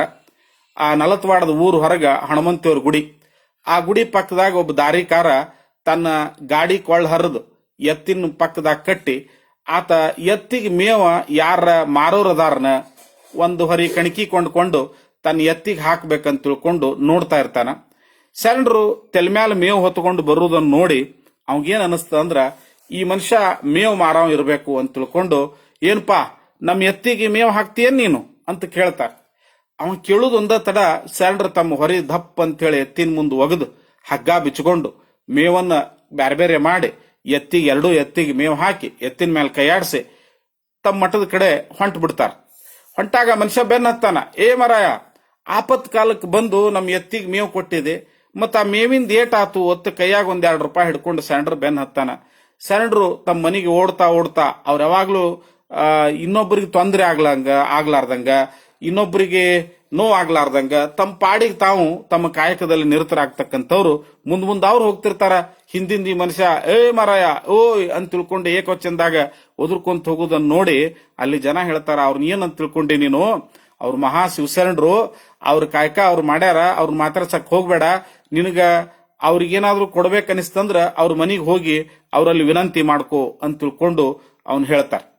ಆ ಶರಣರು ಸದುವಿನಯವೇ ಸಕಲ ಜಪಂಗಳಯ್ಯ, ಸದುವಿನಯವೇ ಸಕಲ ತಪಂಗಳಯ್ಯ, ಸದುವಿನಯವೇ ಸದಾಶಿವನ ಒಲುಮೆಯ್ಯ ಅನ್ನುವಂಗ ದಾರಿಕಾರ ಅವರಿಗೆ ಏಕವಚನದಾಗ ಮಾತಾಡಿದ್ರು ಕೂಡ ಅವನಿಗೆ ಅತ್ಯಂತ ಗೌರವವನ್ನು ಕೊಟ್ಟು, ಆಯ್ತ್ರಿ ಬಂದಿರಪ್ಪ ಬರ್ರಿಪ್ಪ ಬರ್ರಿ ಬರ್ರಿ ಬರ್ರಿ ಅಂತೇಳಿ ಅವ್ರನ್ನ ಕರೆದು, ಬಹಳ ದೂರದಿಂದ ಬಂದಿರಿ, ಅವ್ರು ಏನೋ ಮುಖ ತಕ್ಕೋರಿ ಅಂತ ಹೇಳಿ ಮುಖ ತಕ್ಕೊಳಕ್ ನೀರ್ ಕೊಟ್ಟು, ಅವನ ಹಣಿಗೆ ಹಚ್ಕೊಳಕ್ ಭಸ್ಮ ಕೊಟ್ಟು, ನೋಡ್ರಪ್ಪ ಭಸ್ಮ ಹಚ್ಕೋಬೇಕು, ಲಿಂಗ ಪೂಜೆ ಮಾಡಬೇಕು, ದೇವ್ರ ಲಿಂಗಯ್ಯನ ರೂಪದೊಳಗ ಅದಾನ ಅಂತ ಅವನಿಗೆಲ್ಲಾ ತಿಳುವಳಿಕೆ ಹೇಳಿ ಪ್ರಸಾದ ಮಾಡಿಸಿ ಅವ್ನ್ ಕೊಡ್ಲಿಕ್ಕೆ ಬಂದಿರತಕ್ಕಂತ ದುಡ್ಡನ್ನ ಮತ್ ಹೊಳ್ಳೆ ಅವನ ಕೈಯಾಗ ಕೊಟ್ಟು, ಅಲ್ರಪ್ಪ ನಾನು ಹುಲ್ ಕೊಯ್ಕೊಂಡು ಬಂದವಾಗ ನೀವು ₹2 ಕೊಡಾಕ್ ಬಂದಿರಿ, ಈ ಹುಲ್ಲು ಬೆಳೆಸಿದ ಪರಮಾತ್ಮಗೆ ಎಟ್ ಕೊಡ್ಬೇಕಪ್ಪ, ಹುಲ್ಲ ಎತ್ತಿನ ಸಲಾಗೆ ಬೆಳೆದೈತಿ, ನಿಮ್ಮ ಎತ್ತಾದ್ರೂ ಆಟೆ ನಮ್ಮ ಎತ್ತಾದ್ರೂ ಆಟೆ ಅಂತ ತಿಳ್ಕೊಂಡು ಅವನು ಸಮಾಧಾನ ಮಾಡಿ ಕಳಿಸ್ತಾರಂತ. ಹೀಗೆ ಗುರುಲಿಂಗ ಜಂಗಮದ ದಾಸೋಹವನ್ನು ಮಾಡ್ತಾ ಅವರ ಗುರುಗಳಾಗಿರ್ತಕ್ಕಂಥ ರಾಮಗಿರಿ ಹಿರೇಮಠದ ಬಸಯ್ಯನವ್ರನ್ನ ಪ್ರತಿ ದಿವಸ ಅವ್ರ ಮನೆಗೆ ಕರ್ಕೊಂಡು ಹೋಗಿ ಅವ್ರ ಪಾದಪೂಜೆ ಮಾಡಿಕೊಂಡು ಅವ್ರ ಪ್ರಸಾದ ಆದ್ಮೇಲೆ ಅವರ ಶೇಷ ಪ್ರಸಾದವನ್ನ ಸ್ವೀಕಾರ ಮಾಡೋದು ಶರಣರ ಒಂದು ವಾಡಿಕೆ ಆಗಿತ್ತು. ಬಸಯ್ಯನವರು ಸಿಗದೆ ಹೋದಾಗ ಯಾರಾದರೂ ಬೇರೆ ಪರಸ್ಥಳದಿಂದ ಬಂದು ಆ ಗುಡಿ ಗುಂಡಾರಗಳಲ್ಲಿ ವಾಸವಾಗಿರ್ತಕ್ಕಂಥ ಭಕ್ತರನ್ನು ಕೂಡ ಕರ್ಕೊಂಡು ಬಂದು ಅವರನ್ನೇ ಜಂಗಮರು ಅಂತ ತಿಳ್ಕೊಂಡು ಪ್ರಸಾದ ಮಾಡಿಸುವಂತ ಪದ್ಧತಿ ಶರಣರಲ್ಲಿತ್ತು. ಅಷ್ಟೇ ಅಲ್ಲ, ಪಶು ಪಕ್ಷಿ ಪ್ರಾಣಿಗಳನ್ನು ಕೂಡ ಜಂಗಮ ಸ್ವರೂಪದಲ್ಲಿ ಶರಣರು ಕಾಣ್ತಿದ್ರು. ತಾವು ದಾರಿಯೊಳಗೆ ಹೋಗ್ಬೇಕಾದ್ರೆ ಯಾವ್ದಾದ್ರು ಸೂಕ್ಷ್ಮ ಜೀವಿಯನ್ನು ತುಳಿದೀನಿ ಅಂತ ತಿಳ್ಕೊಂಡು ನೋಡ್ತಾ ನೋಡ್ತಾ ನಡೀತಾ ಹೋಗ್ತಿದ್ರಂತ. ಅಷ್ಟೇ ಅಲ್ಲ, ಅವ್ರಿಗೆ ಈ ಕೆಲಸ ಸಿಗದೇ ಇರತಕ್ಕಂಥ ಸಂದರ್ಭದಲ್ಲಿ ಗ್ರಾಮದೊಳಗೆ ಹೋಗಿ ಮನಿಗೆ ಹೋಗಿ ಧರ್ಮ ಬೋಧೆಯನ್ನು ಮಾಡ್ತಕ್ಕಂಥ ಕೆಲಸವನ್ನು ಕೂಡ ಮಾಡ್ತಾ ಇದ್ರು. ಹೀಗೆ ಶರಣರು ತ್ರಿವಿಧ ದಾಸೋಹಿಗಳಾಗಿ ಗುರುಲಿಂಗ ಜಂಗಮಕ್ಕೆ ತನು ಮನ ಧನವನ್ನ ಧರ್ಮ ಸಿದ್ಧಾಂತದ ಪ್ರಕಾರ ಒಪ್ಪಿಸ್ತಿದ್ರು. ಅಂಥವ್ರಿಗೆ ಒಂದ್ಸಲ ಏನಾಯ್ತು ಅಂತ ಹೇಳಿದ್ರ, ಶರಣರು ಒಂದು ಎಮ್ಮಿ ಸಾಕೊಂಡಿದ್ರು. ಆ ಎಮ್ಮಿಗೆ ಆರಾಮ್ ತಪ್ತದ. ಆ ಎಮ್ಮಿಗೆ ಚಿಕಿತ್ಸೆ ಮಾಡ್ತಾ ಇರ್ತಕ್ಕಂಥ ಸಂದರ್ಭದಲ್ಲಿ ಅವ್ರ ಮನೆಗೆ ಭಿನ್ನಾಯಿ ತೀರಿಸ್ಲಿಕ್ಕೆ ಬಸಯ್ಯನವ್ರು ಬರ್ತಾರೆ. ಬಂದು ಎಮ್ಮಿಗೆ ಚಿಕಿತ್ಸೆ ಮಾಡುವಾಗ ಅವರು ಸ್ವಲ್ಪ ನೆರವಾಗ್ತಾರೆ. ನೆರವಾಗಿ ಅವಾಗ ಶರಣರು ಆ ಗುರುಗಳ ಪಾದಕ್ಕೆ ನಮಸ್ಕಾರ ಮಾಡಿ, ಯಪ್ಪ ಎಮ್ಮಿಗೆ ಬೇಗನೆ ಆರಾಮ ಆಗ್ಲಿ ಅಂತ ಆಶೀರ್ವಾದ ಮಾಡ್ರಪ್ಪ ಅಂತ ಕೇಳ್ತಾರೆ. ಅವಾಗ ತಮಾಷೆಗಾಗಿ ಬಸಯ್ಯನವ್ರು ಏನಂತಾರಂದ್ರ, ಶರಣರ ಎಮ್ಮಿಗೆ ಇವತ್ತು ಆರಾಮಾದ್ರ ಈ ಎಮ್ಮಿ ನಮಗ್ ಹೊಡೆದಸ್ತೀರೇನ್ರಿ ನಮ್ಮ ಮಟ್ಟಕ್ಕ ಅಂತ ಕೇಳ್ತಾರ. ಯಪ್ಪ ನಿಂದು ನೀ ಕೊಟ್ಟದ್ದೆಲ್ಲ ಯಾಕಾಗಬಾರ್ದು ಅಂತ ಶರಣರು ಅವರು ತಮಾಷೆಯಿಂದನೇ ಮಾತು ಕೊಡ್ತಾರ. ವಿಚಿತ್ರ ಅಂದ್ರ ಅವತ್ತ ಎಮ್ಮಿಗೆ ಆರಾಮಾಗಿ ಬಿಡ್ತೈತಿ. ಕೊಟ್ಟ ಮಾತಿಗೆ ತಪ್ಪಿ ನಡೆದ್ರ ಶರಣರಂತ ಹೆಂಗ್ ಕರೀತಾರ ಅನ್ನುವಂತ ಭಾವದವರು ಶರಣರು. ಅವ್ರು ಹೇಳ್ತಾರ, ಯಾವಾಗ ಗುರುಗಳು ಹೇಳ್ದಂಗ ಇವತ್ತ ನಮ್ಮ ಎಮ್ಮಿಗೆ ಆರಾಮಾಗ್ಯದಂದ ಮೇಲೆ ಕೊಟ್ಟ ಮಾತು ಕೊಟ್ಟು ಹೋತು ಅಂತ ಹೇಳಿ ಎಮ್ಮಿ ಕುಣಿಕೆ ಬಿಚ್ಚಿ ಮಠಕ್ಕೆ ಹೊಡ್ಕೊಂಡೋಗಿ, ಯಪ್ಪ ನಿಮ್ಮ ವಸ್ತು ನಿಮಗೆ ಮುಟ್ತ್ರಿ ಅಂತ ತಿಳ್ಕೊಂಡು ಆ ಮಠಕ್ಕೆ ಬಿಟ್ಟು ಬರ್ತಾರಂತ. ಈ ಮಧ್ಯದಲ್ಲಿ ಹಲವಾರು ಘಟನೆಗಳು ಶರಣರ ಮನಸ್ಸಿಗೆ ನೋವಾಗುವಂತ ರೀತಿಯಲ್ಲಿ ಆ ಬಣದ ಊರಿನಲ್ಲಿ ಪಂತು ಮಾಡ್ತಕ್ಕಂಥ ಊರಿನಲ್ಲಿ ಉಂಟಾಗ್ತಾವು. ಬಹುಶಃ ಅವುಗಳನ್ನೆಲ್ಲ ಇಲ್ಲಿ ಉಲ್ಲೇಖ ಮಾಡೋದು ಬೇಡ. ಆ ಕಾರಣದಿಂದ ಶರಣರು ಏನಂತ ಅನ್ಕೊಂತಾರಂತ ಹೇಳಿದ್ರ, ಈ ಕೃಷಿ ಕಾಯಕ ಮಾಡಾಗನು ಕೂಡ ಇನ್ನೊಬ್ಬರಿಗೆ ಬಾಯಿ ತೆಗಿಬೇಕಲ್ಲಪ್ಪ, ಬಂಗಾರದ ಡಬ್ಬಣಿದ್ರು ಕೂಡ ಒಂದು ನಾರ್ಪಾಚಿಗಾಗಿ ಇನ್ನೊಬ್ಬರಿಗೆ ಕೈ ಒಡ್ಡಬೇಕಲ್ಲಪ್ಪ, ಬೇಡ ಬೇಡ ಇದನ್ನ ಮಾಡೋದು ಬೇಡ, ನಾನು ಜಂಗಮ ಕಾಯಕವನ್ನೇ ಮಾಡಿ ಹಾಗೂ ದಾಸೋಹ ಕಾಯಕವನ್ನ ಮುಂದುವರಿಸ್ಕೊಂಡು ಹೋಗ್ಬೇಕಂತ ತಿಳ್ಕೊಂಡು ತಮ್ಮ ಜಮೀನುಗಳನ್ನ ಬಿಟ್ಕೊಡ್ತಾರ ರೈತರಿಗೆ. ಅಷ್ಟ ಅಲ್ಲ, ತಾವು ತಂದಿರ್ತಕ್ಕಂಥ ಎತ್ತು, ಬಂಡೆ, ರಂಟೆ, ಕುಂಟೆ ಇವುಗಳನ್ನೆಲ್ಲ ಏನ್ ಮಾಡ್ತಾರಂದ್ರ ಎತ್ತುಗಳನ್ನ ಜಂಗಮರಿಗೆ ದಾಸೋಹ ಮಾಡ್ತಾರ. ಆ ಕೃಷಿ ಸಲಕರಣೆಗಳನ್ನೆಲ್ಲ ಬಡ ಕೃಷಿ ಕಾರ್ಮಿಕರನ್ನು ಕರೆದು ಅವ್ರಿಗೆಲ್ಲ ಅವುಗಳನ್ನು ದಾನ ಮಾಡಿ ಕೊಟ್ಟು ಆ ಕೃಷಿ ಕಾಯಕ ಮಾಡೋದು ಕೂಡ ಬಿಟ್ಟು ಬಿಡ್ತಾರಂತ. ಹೀಗೆ ಶರಣರ ಸಂಸಾರ ನಡೆದಿತ್ತು. ಅವರ ಇನ್ನೊಂದು ಘಟನೆಯನ್ನು ಇಲ್ಲಿ ಉಲ್ಲೇಖ ಮಾಡಬೇಕು. ಅವರ 5ನೇ ಮಗ, ಬಹುಶಃ ಪಂಚಾಕ್ಷರಿ 3ನೇ ಮಗ, ಅವರ 3ನೇ ಮಗ ಪಂಚಾಕ್ಷರಿಯನ್ನ ಗುರುದೇವಿ ತಾಯಿಯವರು ಹಡೆದಿರ್ತಾರೆ, ಜನನ ಆಗಿರ್ತದೆ. ಅವರು 12ನೇ ದಿವಸಕ್ಕೆ ಆ ಮಗುವಿಗೆ ನಾಮಕರಣ ಮಾಡಬೇಕು. ನಾಮಕರಣಕ್ಕೆ ಗುರುಗಳಿಗೆ ಹೋಗಿ ಭಿನ್ನಾಯಿ ಕೊಟ್ಟು ಬಂದಿರ್ತಾರ. ಅವ್ರ ಗುರುಗಳು ಬರೋ ಹೊತ್ತಾಗಿರ್ತದ. ಅವಾಗ ಬಾಣತಿ ಹೆಣ್ಮಗಳಿಗೆ ತಲೆಗೆ ಎಣ್ಣೆ ಹಚ್ಚಬೇಕು, ಮೈಗೆ ಎಣ್ಣೆ ಹಚ್ಚಬೇಕಲ್ಲ, ಅದಕ್ಕೆ ಒಂದು ಸಣ್ಣ ಬಟ್ಟಲದೊಳಗೆ ಎಣ್ಣೆ ತಗೊಂಡು ಅದನ್ನ ಒಲಿ ಮ್ಯಾಲಿಟ್ಟು ಗುರುದೇವಿ ತಾಯಿಯವರು ಕಾಸ್ತಿರ್ತಾರ. ಬಹಳ ವಿಚಿತ್ರ. ಶರಣರು 5 ಮಕ್ಕಳ ಹಡಿದ್ರು ಕೂಡ ಆ ಗುರುದೇವಿ ತಾಯಿಯವರಿಗೆ ಯಾರಿಂದನೂ ಬಣತನ ಮಾಡಿಸ್ಲಿಲ್ಲ. ತಾವ ಸೇವಾ ಮಾಡಬೇಕು, ಅವರ ಸೇವಾ ಮಾಡ್ಕೋಬೇಕು, ಇನ್ನೊಬ್ಬರ ಮೇಲೆ ಅವಲಂಬನೆ ಇರಬಾರ್ದು ಅನ್ನುವಂಥ ತತ್ವದವರು. ಅಂತ ಸರಳ ಜೀವನದ ಶರಣರ ಧರ್ಮಪತ್ನಿಯರು ತಮಗೆ ಎಣ್ಣೆ ಹಚ್ಕೋಬೇಕಂತ ಎಣ್ಣೆ ಕಾಸ್ತಿರ್ತಾರ. ಅಷ್ಟೊತ್ತಿಗೆ ಗುರುಗಳು ಬರ್ತಾರ. ಬಂದಾಗ ಗುರುಗಳನ್ನ ಆ ಗುರುದೇವಿ ತಾಯಿಯವ್ರನ್ನ ಹೊರಸ್ಲಿಂದ ಇಳಿಸಿ ಆ ಹೊರಸಿನ ಮೇಲೆ ಕಂಬಳಿ ಹಾಸಿ, ಯಪ್ಪ ಇವ್ರೇನ್ ದೊಡ್ಡ ಕೆಲಸ ಮಾಡ್ತಾರ್ರಿ, ಒಂದ್ ಮಗುನ್ ಹಡ್ದಾರ, ಇವ್ರು ಹೊರಸಿನ ಮೇಲೆ ಮಕ್ಕೊಂತಾರಂತ, ಯಪ್ಪ ನೀವು ಬರ್ರಿ, ನೀವು ಕೂಡ್ರಿ ಅಂತ ಹೇಳಿ ಗುರುಗಳನ್ನ ಕೂಡಿಸ್ತಾರ. ಅವ್ರ ಎಣ್ಣೆ ತಲೆಗೆ ಹಚ್ಕೋಬೇಕನ್ನೋಟಿಗೆನೆ, ಅಲ್ರೇ ಗುರುಗಳು ಮನಿಗ್ ಬಂದಾರ, ಅಷ್ಟು ಅವ್ರ ಮಠದಿಂದ ನಮ್ಮ ಮನಿತನ ನಡ್ಕೊಂತ ಬಂದಾರ, ಅವ್ರಿಗೆ ತೃಪ್ತಿ ಆಗ್ಬೇಕಂತ ತಿಳ್ಕೊಂಡು ತಮ್ಮ ಬಾಣತಿ ಹೆಂಡತಿ ಆ ಹಚ್ಕೊಳ್ತಕ್ಕಂಥ ಎಣ್ಣೆನ ಗುರುಗಳ ಪಾದಕ್ಕೆ ಹಚ್ಚಿ ಸೇವಾ ಮಾಡ್ತಾರಂತ. ಅಷ್ಟಾದ್ರೂ ಕೂಡ ಗುರುದೇವಿಯವರು ಶರಣರಲ್ಲಿ ಮುನಿಸ್ಕೊಳ್ಳೋದಿಲ್ಲ, ಯಾವ ಭಾವವನ್ನು ತಾಳೋದಿಲ್ಲ. ಹಿಂಗ ಅತಿಥಿ ಅಭ್ಯಾಗತರ ಜಂಗಮರ ಸೇವೆಯನ್ನು ಮಾಡೋದ್ರಲ್ಲಿ ಶರಣರು ಬಹಳ ಕಿಂಕರತ್ವ ಭಾವವನ್ನ ಹೊಂದಿದ್ರು ಅಂತ ಹೇಳಬೇಕಾಗ್ತದ. ಇಂಥ ಸಂದರ್ಭದಲ್ಲಿ ಸಂಸಾರದ ಭಾರ ಬೆಳೀತಾ ಹೋತು. ಮಲ್ಲಯ್ಯ ಪ್ರಭಾಯಿಗೂ ಕೂಡ ಮದುವೆ ಮಾಡಿದ್ರು, ತಮ್ಮಂದಿರಿಗೂ ಕೂಡ ಮದುವೆ ಮಾಡಿದ್ರು. ಅಷ್ಟೊತ್ತಿಗೆ ತಂದೆ ತಾಯಿಗಳು ಕೂಡ ಲಿಂಗೈಕ್ಯರಾಗಿ ಹೋಗಿದ್ರು. ಹೀಗಾಗಿ ಆ ಪುಟ್ಟ ಮನೆಯಲ್ಲಿ ದೊಡ್ಡ ಸಂಸಾರವನ್ನು ನಡೆಸ್ಕೊಂಡು ಹೋಗೋದು ಕಷ್ಟ ಆಯ್ತೇನೋ. ಆದ್ರೆ ಶರಣರ ಮನಸ್ಸಿಗೆ, ಗುರುದೇವಿ ತಾಯಿಯವ್ರ ಮನಸ್ಸಿಗೆ ನೋವು ಅನಿಸ್ಲಿಲ್ಲ. ಮಲ್ಲಯ್ಯನವರ ಪ್ರಭಾಯಿನವರ ವಿಚಾರ ಮಾಡಿ ಅವ್ರೇನ್ ಮಾಡಿದ್ರ ಅಂದ್ರ, ಅಣ್ಣ ನೀ ನಮಗೆ 4 ಅಕ್ಷರ ಕಲಿಸಿದಿ, ನಾವು ಕೂಡ ಶಿಕ್ಷಕ ವೃತ್ತಿಯನ್ನು ಮಾಡಬಲ್ಲೆವು, ಆ ಕಾರಣದಿಂದ ನಮಗೆ ಅಪ್ಪಣೆ ಕೊಡು ಅಂತ ಹೇಳಿ ಸೊಲ್ಲಾಪುರಕ್ಕೆ ಹೋಗಿ ಶಿಕ್ಷಕ ವೃತ್ತಿಯನ್ನು ಕೈಕೊಂತಾರ. ಇಲ್ಲಿ ನಾವು ಗಮನಿಸಬೇಕು, ಶರಣರ ಸಂಸಾರ ಆ ಕಾಲದಲ್ಲಿ ಶರಣರ ಕುಟುಂಬದವರು ಸೊಲ್ಲಾಪುರದ ಸುತ್ತಮುತ್ತಲಿರ್ತಕ್ಕಂಥ ಅನೇಕ ಶಳ್ಳಿಗಿ, ಅನೇಕ ಗ್ರಾಮಗಳಲ್ಲಿ ಗೌಂಟಿ ಶಾಲೆಗಳನ್ನು ತೆಗೆದು ಕನ್ನಡವನ್ನು ಕಟ್ಟುವಂತ ಕೆಲಸದಲ್ಲಿ ಶರಣರು ಮತ್ತು ಶರಣರ ಕುಟುಂಬ ತೊಡಗಿಕೊಂಡಿತ್ತು ಅನ್ನೋದು ಬಹಳ ಅಭಿಮಾನದ ಸಂಗತಿ. ಆ ಕಾಲದಲ್ಲಿ ಪ್ಲೇಗ್ನಂತ ರೋಗ ರುಜಿನಗಳು ಬಹಳ. ಅಂತ ಸಂದರ್ಭದಲ್ಲಿ ಶರಣರ 3 ಜನ ಮಕ್ಕಳು ಸಂಗಮ್ಮ, ಬಸವ, ಪಂಚಾಕ್ಷರಿ ಲಿಂಗೈಕ್ಯರಾಗ್ತಾರ, ಶಿವೈಕ್ಯರಾಗ್ತಾರ. ಆದ್ರೂ ಕೂಡ ಅವರು ಯಾವುದೇ ದುಃಖ ಭಾವವನ್ನು ತಾಳದನೆ ನಿರ್ಲಿಪ್ತ ಭಾವದಿಂದ, ಸ್ಥಿತಪ್ರಜ್ಞೆ ಭಾವದಿಂದ ತಮ್ಮ ಸಂಸಾರವನ್ನ ಮುಂದುವರಿಸಿಕೊಂಡು ಹೊಂಟಿರ್ತಾರ. ಬೇಡದ ಕಾಯಕವನ್ನ ಮಾಡ್ತಾ ಇರ್ತಾರ. ಅವರ ಜಂಗಮ ಕಾಯಕದ ಬಗ್ಗೆ, ಭಿಕ್ಷಾಟನೆ ಬಗ್ಗೆ ಒಂದು ಅದ್ಭುತವಾಗಿರ್ತಕ್ಕಂಥ ಘಟನೆಯನ್ನು ಇಲ್ಲಿ ನಾವು ಸ್ಮರಿಸ್ಕೋಬೇಕಾಗ್ತದೆ. ಅವರು ಭಿಕ್ಷಾಟನೆಗೆ ಹೋಗುವಾಗ ಪ್ರತಿ ದಿವಸ 5 ಮನೆಗೆ ಭಿಕ್ಷಾಟನೆ ಮಾಡ್ತಿದ್ರು. ಅದು ಒಣ ಧಾನ್ಯವನ್ನೇ ಅವ್ರ ಜೋಳಿಗೆಗೆ ಅವ್ರು ನೀಡಬೇಕು. ಮತ್ತೆ ಯಾರ ಮನೆ ಮುಂದೂ ಹೋಗಿ ಕೋರು ಧಾನ್ಯದಲ್ಲಿ ಭಿಕ್ಷಾ ಅಂದೇಹಿ, ಭವತಿ ಭಿಕ್ಷಾ ಅಂದೇಹಿ ಅಂತ ಕೂಗ್ತಿರ್ಲಿಲ್ಲ. ಅವ್ರ ಮನೆಗೆ ನಿನ್ನೆ ಅಂತೆ ಸಾಯಂಕಾಲ ಹೋಗಿ ಹೇಳಿ ಬರ್ತಿದ್ರು, ನೋಡ್ರವಾ ಶರಣರು ನಿಮ್ ಮನೆಗೆ ಭಿಕ್ಷಾಕ್ ಬರ್ತಾರ, ನೀವು ನಾಳೆ ದಿವಸ ಅವರಿಗೆ ಭಿಕ್ಷಾ ನೀಡಬೇಕು ಅಂತ ಹೇಳಿ ಬರ್ತಿದ್ರು. 5 ಮನೆಗೆ. 1ನೇ ಮನೆಗೆ ಹೋಗುಟ್ಟಿಗೆನೆ ಆ ಮನಿ ಮುಂದ ಅಂಗಳ ಕಸ ಬೆಳೆದಿರ್ಬೇಕು, ಮತ್ತ ಹೊಸಲಿ ಪೂಜೆ ಆಗಿರ್ಬೇಕು. ಅಂದ್ರ ಆ ಮನೆಯೊಳಗ ಜಾಗೃತ ಅದಾರ, ಜನರು ಎದ್ದಾರ, ಅಲ್ಲಿ ಜೀವಂತಿಕೆ ಐತಿ ಅನ್ನೋದು ಅವ್ರ ಗಮನಕ್ಕೆ ಬಂತು ಅಂದ್ರ ಆ ಮನಿ ಮುಂದೆ ನಿಂತು ಮನಿ ಹೊಸ್ಲಿ ಒಳಗೆ ಹೋಗಿ 1 ಸಲ ಓಂ ನಮ ಶಿವಾಯ ಅಂತ ಹೇಳ್ತಿದ್ರು, ಶಿವಪಂಚಾಕ್ಷರಿ ಪ್ರಣವ ಮಂತ್ರವನ್ನ ಹೇಳ್ತಿದ್ರು. 2ನೇ ಸಲ ಹೇಳ್ತಿದ್ರು. 3ನೇ ಸಲ ಹೇಳೋದ್ರಾಗ ಮನಿ ಜನ ಮರದೊಳಗ ಆ ಕಾಳು ಕಡೆಗಳನ್ನು ತಗೊಂಡು ಬಂದ್ರು ಅಂದ್ರ ಅಲ್ಲಿ ನಿಲ್ತಿದ್ರು, ಇಲ್ದ ಆದ್ರ ಮುಂದಿನ ಮನೆಗೆ ಹೋಗ್ತಿದ್ರು. ಹಿಂಗ 5 ಮನ್ಯಾಗ ಒಂದೊಂದ್ಸಲ ಅವ್ರ ಜೋಳಿಗೆಗೆ ಭಿಕ್ಷಾ ಬೀಳ್ತಿದ್ದಿಲ್ಲ. ಆ ಸಂದರ್ಭದಲ್ಲಿ ಅವ್ರ ಇಡೀ ಕುಟುಂಬ ಶಿವನಾಮವೇ ಮಹಾದಾಸೋಹ ಅಂತ ಶಿವನಾಮ ಸ್ಮರಣೆಯನ್ನೇ ಮಾಡ್ತಿದ್ರಂತ. ಹೀಗೆ ಭಿಕ್ಷಾಟನೆಯಿಂದ ಬಂದಿರತಕ್ಕಂಥ ಪದಾರ್ಥಗಳನ್ನ, ಅದೇನೋ ಹೇಳ್ತಾರೆ ಜಂಗಮರಿಗೆ, ತಿರ್ಕೊಂಡು ತಂದು ಕರ್ಕೊಂಡು ಉಣ್ಬೇಕಂತ. ಹಾಗೆ ಜಂಗಮ ತೃಪ್ತಿಯನ್ನು ಮಾಡಿ ಆ ಅನ್ನ ವ್ಯರ್ಥವಾಗದಂಗ ನೆಲಕ್ಕೆ ಬೀಳಾರ್ದಂಗ ನೋಡ್ಕೊಂಡು ತಾವೇ ಸ್ವತಃ ಅವ್ರು ಹೆಂಗ್ ಪ್ರಸಾದ ಮಾಡಿಸ್ತಿದ್ರಂದ್ರೆ ಜಂಗಮರಿಗೆ ಕರ್ಕೊಂಡು ಬಂದಿರತಕ್ಕಂಥ ಜಂಗಮರಿಗೆ ಸ್ನಾನಗಳನ್ನು ಮಾಡಿಸಿ ಅವ್ರ ಲಿಂಗ ಪೂಜಾನ ಅವ್ರಿಗೆ ಮಾಡಾಕ್ ಬಿಡ್ತಿರ್ಲಿಲ್ಲ. ಅವ್ರ ಅಂಗೈಯೊಳಗೆ ಲಿಂಗ ಇಟ್ಟು ತಾವ ಲಿಂಗಕ್ಕ ಷೋಡಶೋಪಚಾರ ಪೂಜೆಯನ್ನು ಮಾಡಿ ಗುರುಗಳಿಗೆ ಪ್ರಸಾದವನ್ನು ಬಡಿಸಿ, ಪ್ರಸಾದ ಮಾಡುವಾಗ ಲಿಂಗ ಕರಡಿಗಾಗಿಡಂಗಿಲ್ಲ, ಕೈಯಾಗ ಹಿಡ್ಕೊಂಡು ಪ್ರಸಾದ ಮಾಡಬೇಕು. ಪ್ರತಿ ತುತ್ತು ಲಿಂಗಕ್ಕೆ ಪ್ರಸಾದ ಆಗಬೇಕು.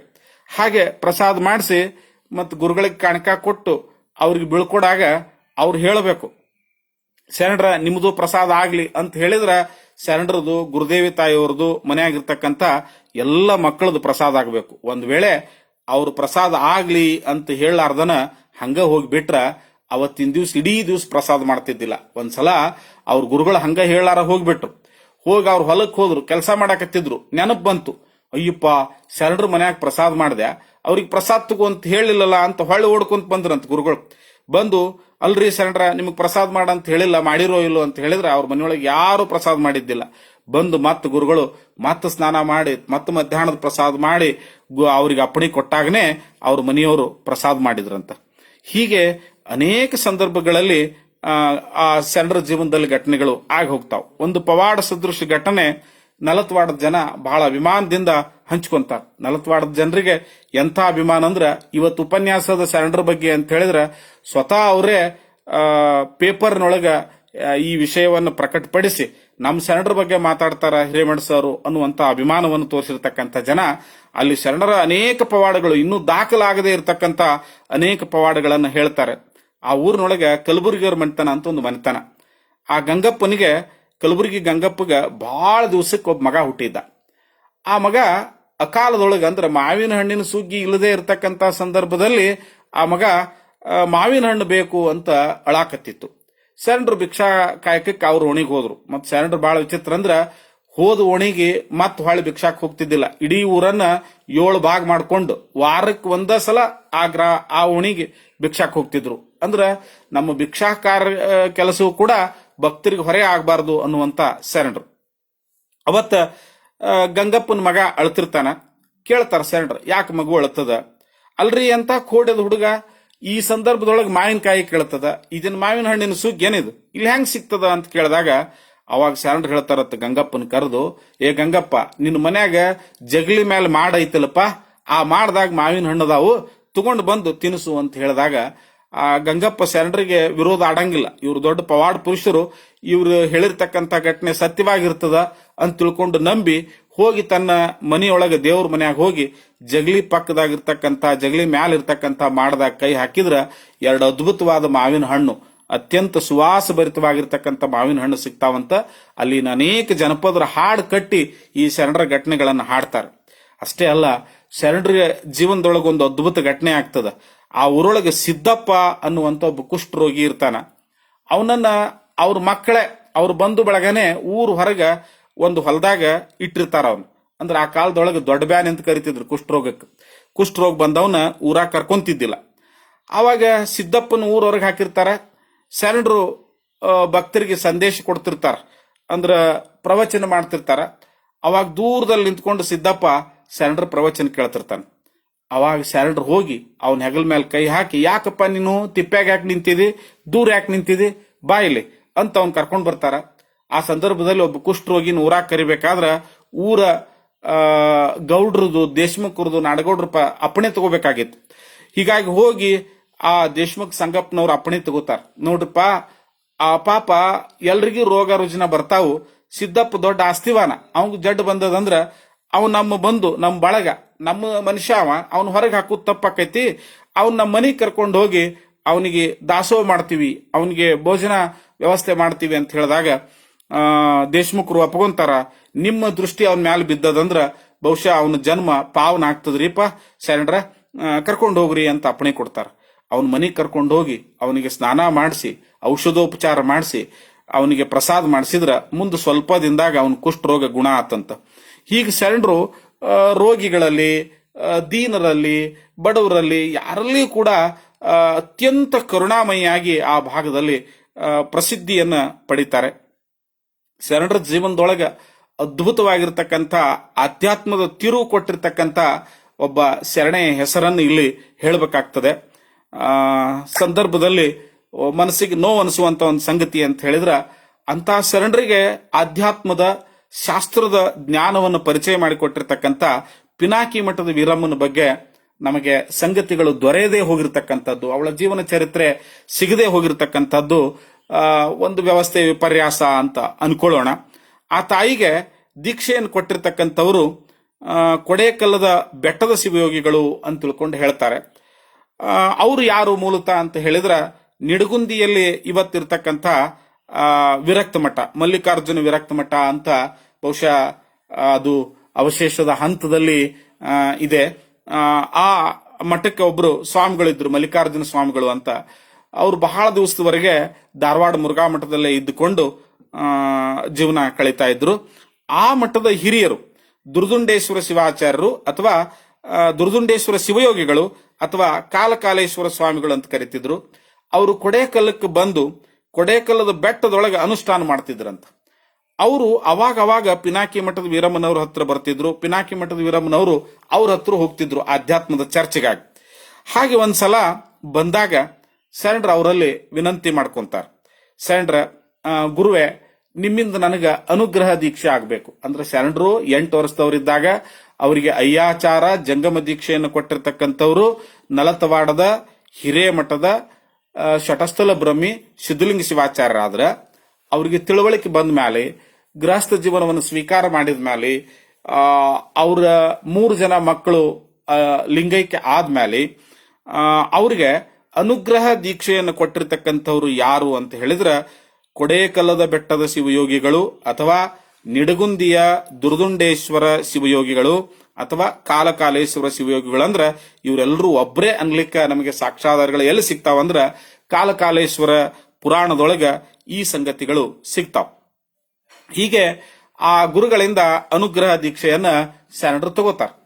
ಶರಣರು ಅವರಿಂದ ಅನುಗ್ರಹ ದೀಕ್ಷೆ ತಗೊಂಡಾಗ ಗುರುದೇವಿ ತಾಯಿಯವರು ಕೂಡ ಬಯಕೆ ಪಡ್ತಾರ, ಯಪ್ಪ ಶರಣರಿಗಷ್ಟ ನೀವು ಕೃಪಾ ಮಾಡಿರಿ, ನಮಗೂ ಕೂಡ ಅನುಗ್ರಹ ಜಂಗಮ ದೀಕ್ಷೆಯನ್ನ ದಯಪಾಲಿಸಬೇಕು ಅಂತ ಆ ಗುರುಗಳಿಗೆ ಸಾಷ್ಟಾಂಗ ನಮಸ್ಕಾರ ಮಾಡಿ ವಿನಂತಿಯನ್ನ ಮಾಡ್ಕೊಂತಾರ. ಆಯ್ತವ ಕೂಡಿ ಬರ್ಲಿ ಕಾಲ ಅಂತ ಆ ಗುರುಗಳು ಹೇಳ್ತಾರ. ಒಂದ್ ದಿವಸ ಶರಣರ ಮನೆಯೊಳಗ ಯಾವ ಕೊಡೇಕಲ್ಲದ ಬೆಟ್ಟದ ಶಿವಯೋಗಿಗಳು ಬಂದು ಕುಳಿತಿರ್ತಾರೆ. ಮುಂಜಾನೆಯ ಸಮಯ ಗುರುದೇವಿ ತಾಯಿಯವರು ಕಸ ಗುಡಿಸ್ತಿರ್ತಾರ. ಅವಾಗ ಶರಣರನ್ನ ಕರೀತಾರ. ಕರೆದು ಹೇಳ್ತಾರ, ಶರಣರ ನೀವು ಕುಡಿತಕ್ಕಂಥ ನೀರಿನಿಂದ ಹಿಡ್ಕೊಂಡು ಮಾಡ್ತಕ್ಕಂಥ ಪ್ರಸಾದದಿಂದ ಹಿಡ್ಕೊಂಡು ಎಲ್ಲವೂ ಜಂಗಮ ತೃಪ್ತಿ ಅಂತ ಹೇಳಿ ಜಂಗಮ ನೈವೇದ್ಯ ಮಾಡಿ ಪ್ರಸಾದವನ್ನು ಮಾಡ್ತಿರಲ್ಲ ಅಂತ ಕೇಳ್ತಾರ. ಯಪ್ಪ ಅದು ತಾವು ಕೊಟ್ಟಿರ್ತಕ್ಕಂಥ ಸಂಸ್ಕಾರ, ಗುರುವಿನ ಸಂಸ್ಕಾರ, ಹಂಗೆ ನಡ್ಕೋಬೇಕಲ್ಲ, ಅದು ಧರ್ಮ ಅಲ್ಲ ಅಂತ ತಿಳ್ಕೊಂಡು ಶರಣರು ಹೇಳ್ತಾರ. ಹೇಳಿದಾಗ ಆ ಗುರುದೇವಿ ತಾಯಿಯವರು ಕಸ ಬಳಿತಾ ಇರ್ತಕ್ಕಂಥ ಆ ಸಂದರ್ಭದಲ್ಲಿ ಅವ್ರ ಕಡೆ ತೋರಿಸಿ, ಅದು ನೀವು ನಿತ್ಯ ಮಾಡ್ತಕ್ಕಂಥ ಪ್ರಸಾದ ಅಲ್ಲ ಅಂತ ಕೇಳಿದಾಗ ಶರಣರ ಕೈ ಮುಗಿದು, ಯಪ್ಪಾ ನಿನ್ನ ಚಿತ್ತ ಹೆಂಗದ ಹಂಗ ಆಗ್ಬೇಕು ಅಂತ ಶರಣರ ಕೈ ಮುಗಿತಾರಂತ. ಅವಾಗ ಗುರುಗಳು ಹೇಳ್ತಾರ, ನೋಡಿ ಶರಣರ, ಗುರುದೇವಿ ತಾಯಿಯವರು ಕೂಡ ಅನುಗ್ರಹ ದೀಕ್ಷೆಯನ್ನು ಬಯಸಾರ, ನಿಮಗೂ ನಾನು ಅನುಗ್ರಹ ದೀಕ್ಷೆ ಕೊಡ್ತೀನಿ, ಅವ್ರಿಗಿನೂ ಅನುಗ್ರಹ ದೀಕ್ಷೆ ಕೊಡ್ತೀನಿ. ಅಂದ್ರ ನೀವಿಬ್ರು ಒಬ್ಬ ಗುರುವಿನ ಮಕ್ಕಳಾಕಿರಿ, ಒಬ್ಬ ತಂದೆ ಇಬ್ರು ಮಕ್ಕಳು ಸಂಬಂಧದಲ್ಲಿ ಏನಾಗ್ತಾರೆ ಅಂತ ಶರಣರಿಗೆ ಕೇಳಿದಾಗ ಅವರಿಬ್ರು ಅಣ್ಣ ತಮ್ಮ ಆಗ್ತಾರಿಯಪ್ಪ ಅಂತ ಶರಣರು ಹೇಳ್ತಾರೆ. ಅಂದ್ರೆ ಇನ್ ಮೇಲೆ ಗುರುದೇವಿ ತಾಯಿಯವರು ನಿಮ್ಗೆ ಏನಾಗಬೇಕು ಅಂತ ಕೇಳಿದಾಗ ನಾವಿಬ್ರು ಒಬ್ಬ ಗುರುವಿನ ಮಕ್ಕಳು ಅಂದ್ಮೇಲೆ ನಾವಿಬ್ರು ಅಣ್ಣ ತಮ್ಮ, ಲಿಂಗ ಭೇದವನ್ನು ಮರೆತು ಅಣ್ಣ ತಂಗಿ ಅಂತ ಹೇಳುದಿಲ್ಲ, ಅವರು ಅಣ್ಣ ತಮ್ಮ ಅಂತ ಹೇಳ್ತಾರ. ಅವತ್ತಿನಿಂದ ಶರಣರು ಗುರುದೇವಿ ತಾಯಿಯವರಿಗೆ ಹೆಂಗ್ ಮಾತಾಡ್ತಿದ್ರಂದ್ರ, ಏನ್ರಪ್ಪ ಯಾಕ್ರಪ್ಪ ಅಂತ ಮಾತಾಡ್ತಿದ್ರಂತ. ಅವ್ರು ಶರಣರಿಗೆ ಗುರುದೇವಿ ತಾಯಿಯವರು ಅಪ್ಪಾಜಿ, ಅಪ್ಪ ಅವರ ಅಂತ ಕರಿತಿದ್ರಂತ. ಹೀಗಾಗಿ ಆ ಗೃಹಸ್ಥ ಜೀವನದಲ್ಲಿ ಇದ್ದುಕೊಂಡೇ ಅವತ್ತಿನಿಂದ ಪರಮ ವಿರಕ್ತರಾಗಿ ಯಾವುದೇ ಆ ವಿಷಯ ಶಕ್ತಿಗಳ ವಾಸನೆಯಿಂದ ಮುಕ್ತರಾಗಿ ಶರಣರು ತಮ್ಮ ಜೀವನವನ್ನ ಕಳಿತಾರೆ.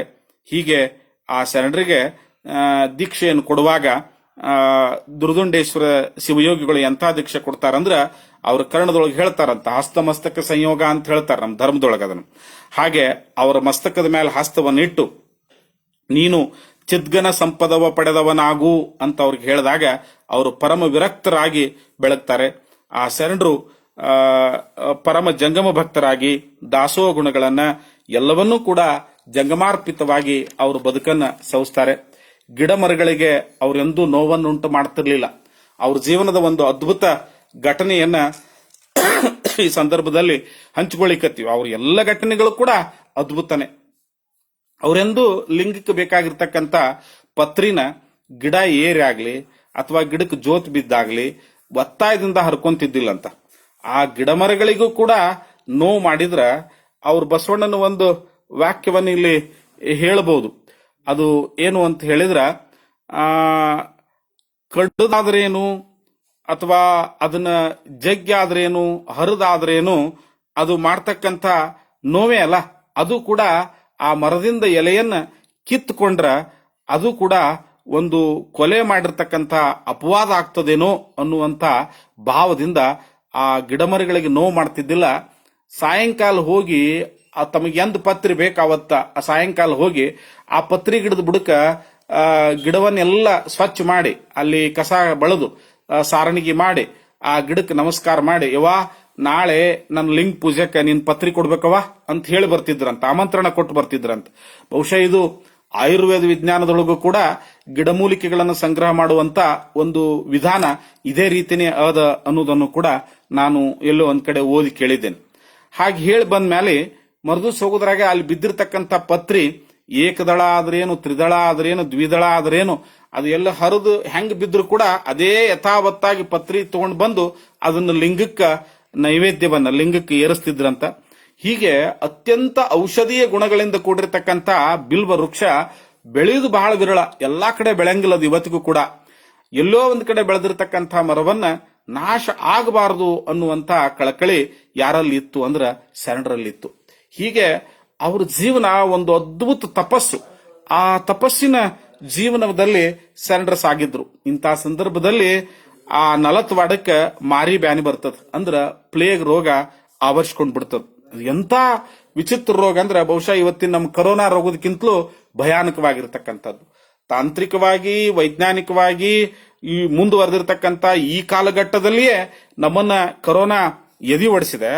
ನಮ್ಮನ್ನ ಏನೋ ನಮ್ಮ ಇಡೀ ಬದುಕನ್ನೇ ಅಲ್ಲೋಲ ಕಲ್ಲೋಲ ಮಾಡಿರ್ತಕ್ಕಂಥ ಈ ಸಂದರ್ಭವನ್ನು ಆಲೋಚಿಸಿಕೊಂಡ್ರೆ ಬಹುಶಃ ಅವಾಗ ಪ್ಲೇಗ್ ಎಷ್ಟು ಭಯಾನಕವಾಗಿತ್ತು ಅನ್ನೋದನ್ನ ನೋಡ್ಬೇಕಾಗ್ತದೆ. ಆಗ ಜನ ಅಷ್ಟು ಸುಶಿಕ್ಷಿತರಾಗಿರ್ಲಿಲ್ಲ, ವೈಜ್ಞಾನಿಕವಾಗಿ ಆಲೋಚನೆ ಮಾಡ್ತಿರ್ಲಿಲ್ಲ. ಹೀಗಾಗಿ ಜನರೆಲ್ಲ ಬಂದು ಆ ಊರಿನ ರಾವಜಪ್ಪ ನಾಡಗೌಡ್ರ ಹತ್ರ ಬಂದು ಕೇಳ್ಕೊಂತಾರ, ಗೌಡ್ರ ಊರಾಗ ಮಾರಿಬ್ಯಾನ್ ಬಂದೈತಿ, ಈ ಮಾರಿಬ್ಯಾನ್ ಹೋಗ್ಬೇಕಾದ್ರ ದೇವಿ ಸಿಟ್ಟಾಗಳಂತ ಅನೇಕ ಜನ ದೇವ್ರು ಹೇಳೋರು ಅಂದ್ರ ಪುರೋಹಿತ ಸಾಯಿಗಳು ಹೇಳ್ಯಾರ. ಮತ್ತ ಹಿಂಗಾಗಿ ಆ ದೇವಿಗೆ ಬಲಿ ಕೊಡ್ಬೇಕಾಗ್ತದೆ ಅಂತ ತಿಳ್ಕೊಂಡು ಹೇಳ್ತಾರೆ. ಇಲ್ಲಿ ಪುರೋಹಿತ ಪೌರೋಹಿತ್ಯ ಅಂತ ಹೇಳಿದ್ರ ಅದು ಶಿಷ್ಟ ವರ್ಗದಲ್ಲೇ ಬರ್ತದಂತೇನಿಲ್ಲ. ಅನೇಕ ಇವತ್ತಿಗೂ ಕೂಡ ನಾವು ಯಾವುದು ತಳ ಸಂಪ್ರದಾಯ ಅಂತ ಹೇಳ್ತೀವಲ್ಲ, ಅಲ್ಲಿ ಇವತ್ತಿಗೂ ಕೂಡ ಈ ರೀತಿಯ ಒಂದು ವರ್ಗ ಕೆಲಸ ಮಾಡ್ತಾನೆ ಇದೆ. ಅವರನ್ನ ಇನ್ನಷ್ಟು ಮೌಢ್ಯದ ಕಡೆ ತೆಗೆದುಕೊಂಡು ಹೋಗ್ತಕ್ಕಂಥ ಕೆಲಸವನ್ನ ಮಾಡ್ತಾನೆ ಇದೆ. ಅವಾಗ ದೇವಿ ಸಿಟ್ಟಿಗೆರಳ ದೇವಿಗೆ ಕ್ವಾಣದ ಬಲಿ ಕೊಡಬೇಕು, ಕುರಿ ಬಲಿ ಕೊಡಬೇಕು ಅಂತ ತಿಳ್ಕೊಂಡು ರಾವಜಪ್ಪ ನಾಡಗೌಡ್ರು ಹೇಳ್ತಾರೆ. ಎಲ್ಲಿ ಬೇಕಲ್ಲಿ ನೋಡದಲ್ಲಿ ಹೆಣ ಬಿದ್ದಿದ್ದು, ಸಾವು ನೋವುಗಳ ಸಂಖ್ಯೆ ಹೆಚ್ಚಾಗಿತ್ತು, ಎಲ್ಲ ಹೌ ಹಾರಿದ್ರು. ರಾವಜಪ್ಪ ನಾಡಗೌಡ್ರಿಗೂ ಕೂಡ ಏನ್ ಅನಿಸ್ತಂದ್ರ ಬಹುಶಃ ಈ ಕೆಲಸ ಮಾಡಿದ್ರ ರೋಗ ಹೋಗ್ಬಹುದೇನೋ ಅಂತ ತಿಳ್ಕೊಂಡು ಅವರು ನಂಬಿ ಅಪ್ಪಣೆ ಕೊಟ್ಬಿಡ್ತಾರೆ. ಅವಾಗ ಜನ ಎಲ್ಲ ದೇವಿ ಜಾತ್ರೆ ಮಾಡ್ಲಿಕ್ಕೆ ಊರನ್ನ ತೊಳಿತಾರ, ಇಡೀ ಊರಿನ ಎಲ್ಲಾ ದೇವರುಗಳಿಗೆ ನೀರ್ ಹಾಕ್ತಾರ, ಕ್ವಾಣ ಹಿಡ್ಕೊಂಡ್ ಬರ್ತಾರ, ಕುರಿ ಕೋಳಿಗಳನ್ನ ಹಿಡ್ಕೊಂಡ್ ಬರ್ತಾರ. ಶರಣರು ಇದನ್ನ ನೋಡಿ ನೊಂದ್ಕೋತಾರ. ಹೋಗಿ ರಾವಜಪ್ಪ ನಾಡಗೌಡ್ರ ಹತ್ರ ವಿನಂತಿ ಮಾಡ್ಕೋತಾರ, ಅಲ್ರಿ ನಾಡಗೌಡ್ರ, ಕ್ವಾಣ ಕಡಿದ್ರಿಂದ ರೋಗ ಹೋಗ್ತದ ಅಂತ ಯಾರು ಹೇಳ್ಯಾರ ನಿಮ್ಗ? ಇದೆಲ್ಲ ಅವೈಜ್ಞಾನಿಕ, ಹಿಂಗಾಗಬಾರ್ದು. ಸಕಲ ಜೀವರಾಶಿಗಳಲ್ಲಿಯೂ ಕೂಡ ದೇವಿ ಅದಾಳ, ಭಗವಂತದಾನ. ಅಂಥ ಪವಿತ್ರವಾಗಿರ್ತಕ್ಕಂಥ ದೇವಿ ಹೆಸರಿನ ಮ್ಯಾಲೆ, ದೇವರ ಹೆಸರ ಮ್ಯಾಲೆ ಕುರಿ ಕೋಳಿ ಕೋಣಗಳನ್ನು ಬಲಿ ಕೊಡೋದು ಧರ್ಮ ಒಪ್ಪಂಗಿಲ್ಲ, ಬೇಡ.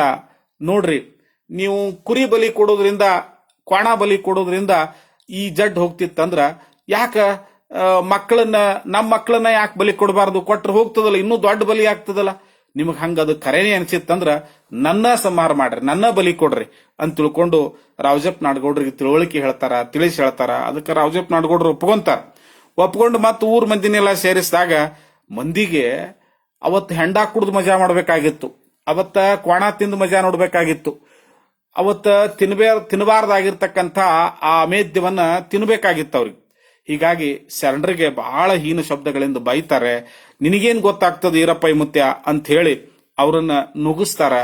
ಅವಾಗ ರಾವಜಪ್ಪ ನಾಡಗೌಡ್ರ ಅಂತಾರ, ಶರಣರ ನೀವ್ ಹೇಳ್ದಂಗ ಜಂಗಮ ತೃಪ್ತಿನೂ ಮಾಡ್ತೀನಿ, ಅವ್ರು ಹೇಳ್ದಂಗ ಆ ಕೆಲಸನೂ ಮಾಡ್ತೀನಿ, ನೀವು ಇದಕ್ಕೆ ಅಡ್ಡಿ ಆಗ್ಬ್ಯಾಡ್ರಿ ಅಂತ ಹೇಳಿದಾಗ ಶರಣರ ಮನಸ್ಸು ಬಹಳ ನೋವು ಆಗ್ತದ. ಇನ್ ಸಾಕಪ್ಪ, ಈ 4 ವಾಡ ಈ ಊರಾಗ ಇರಬಾರ್ದು ನಾನು ಅಂತ ತಿಳ್ಕೊಂಡು ಪಕ್ಕದ ಸಿದ್ದಾಪುರಕ್ಕೆ, ಅಂದ್ರ ಅವ್ರ ಮನೆತನಕ್ಕೆ ಸಂಬಂಧಪಟ್ಟಿರ್ತಕ್ಕಂಥ ಭಕ್ತರಿರ್ತಕ್ಕಂಥ ಊರಿಗೆ ಭಿಕ್ಷಾ ಮಾಡ್ಬೇಕಂತ ತಿಳ್ಕೊಂಡು ಅಲ್ಲಿಗೆ ಹೋಗ್ತಾರ, ಕಾಯಕಕ್ಕೆ ಹೋಗ್ತಾರ. ಬಹಳ ವಿಚಿತ್ರ, ಹೋಗುದ್ರಾಗನೆ ಆ ಊರವರು ಅಗಸಿ ಬಡ್ಡಿಗೆ ಅಲ್ಲಿಗೆ ಮುಳ್ಳು ಹಚ್ಚಿರ್ತಾರ, ಅಗಸಿಗೆ ಮುಳ್ಳು ಹಚ್ಚಿರ್ತಾರ. ಮುಳ್ಳು ಹಚ್ಚಿ ಹೊರಗ ವಾಲಿಕಾರ್ ನಿಂದ್ರಿಸಿರ್ತಾರ.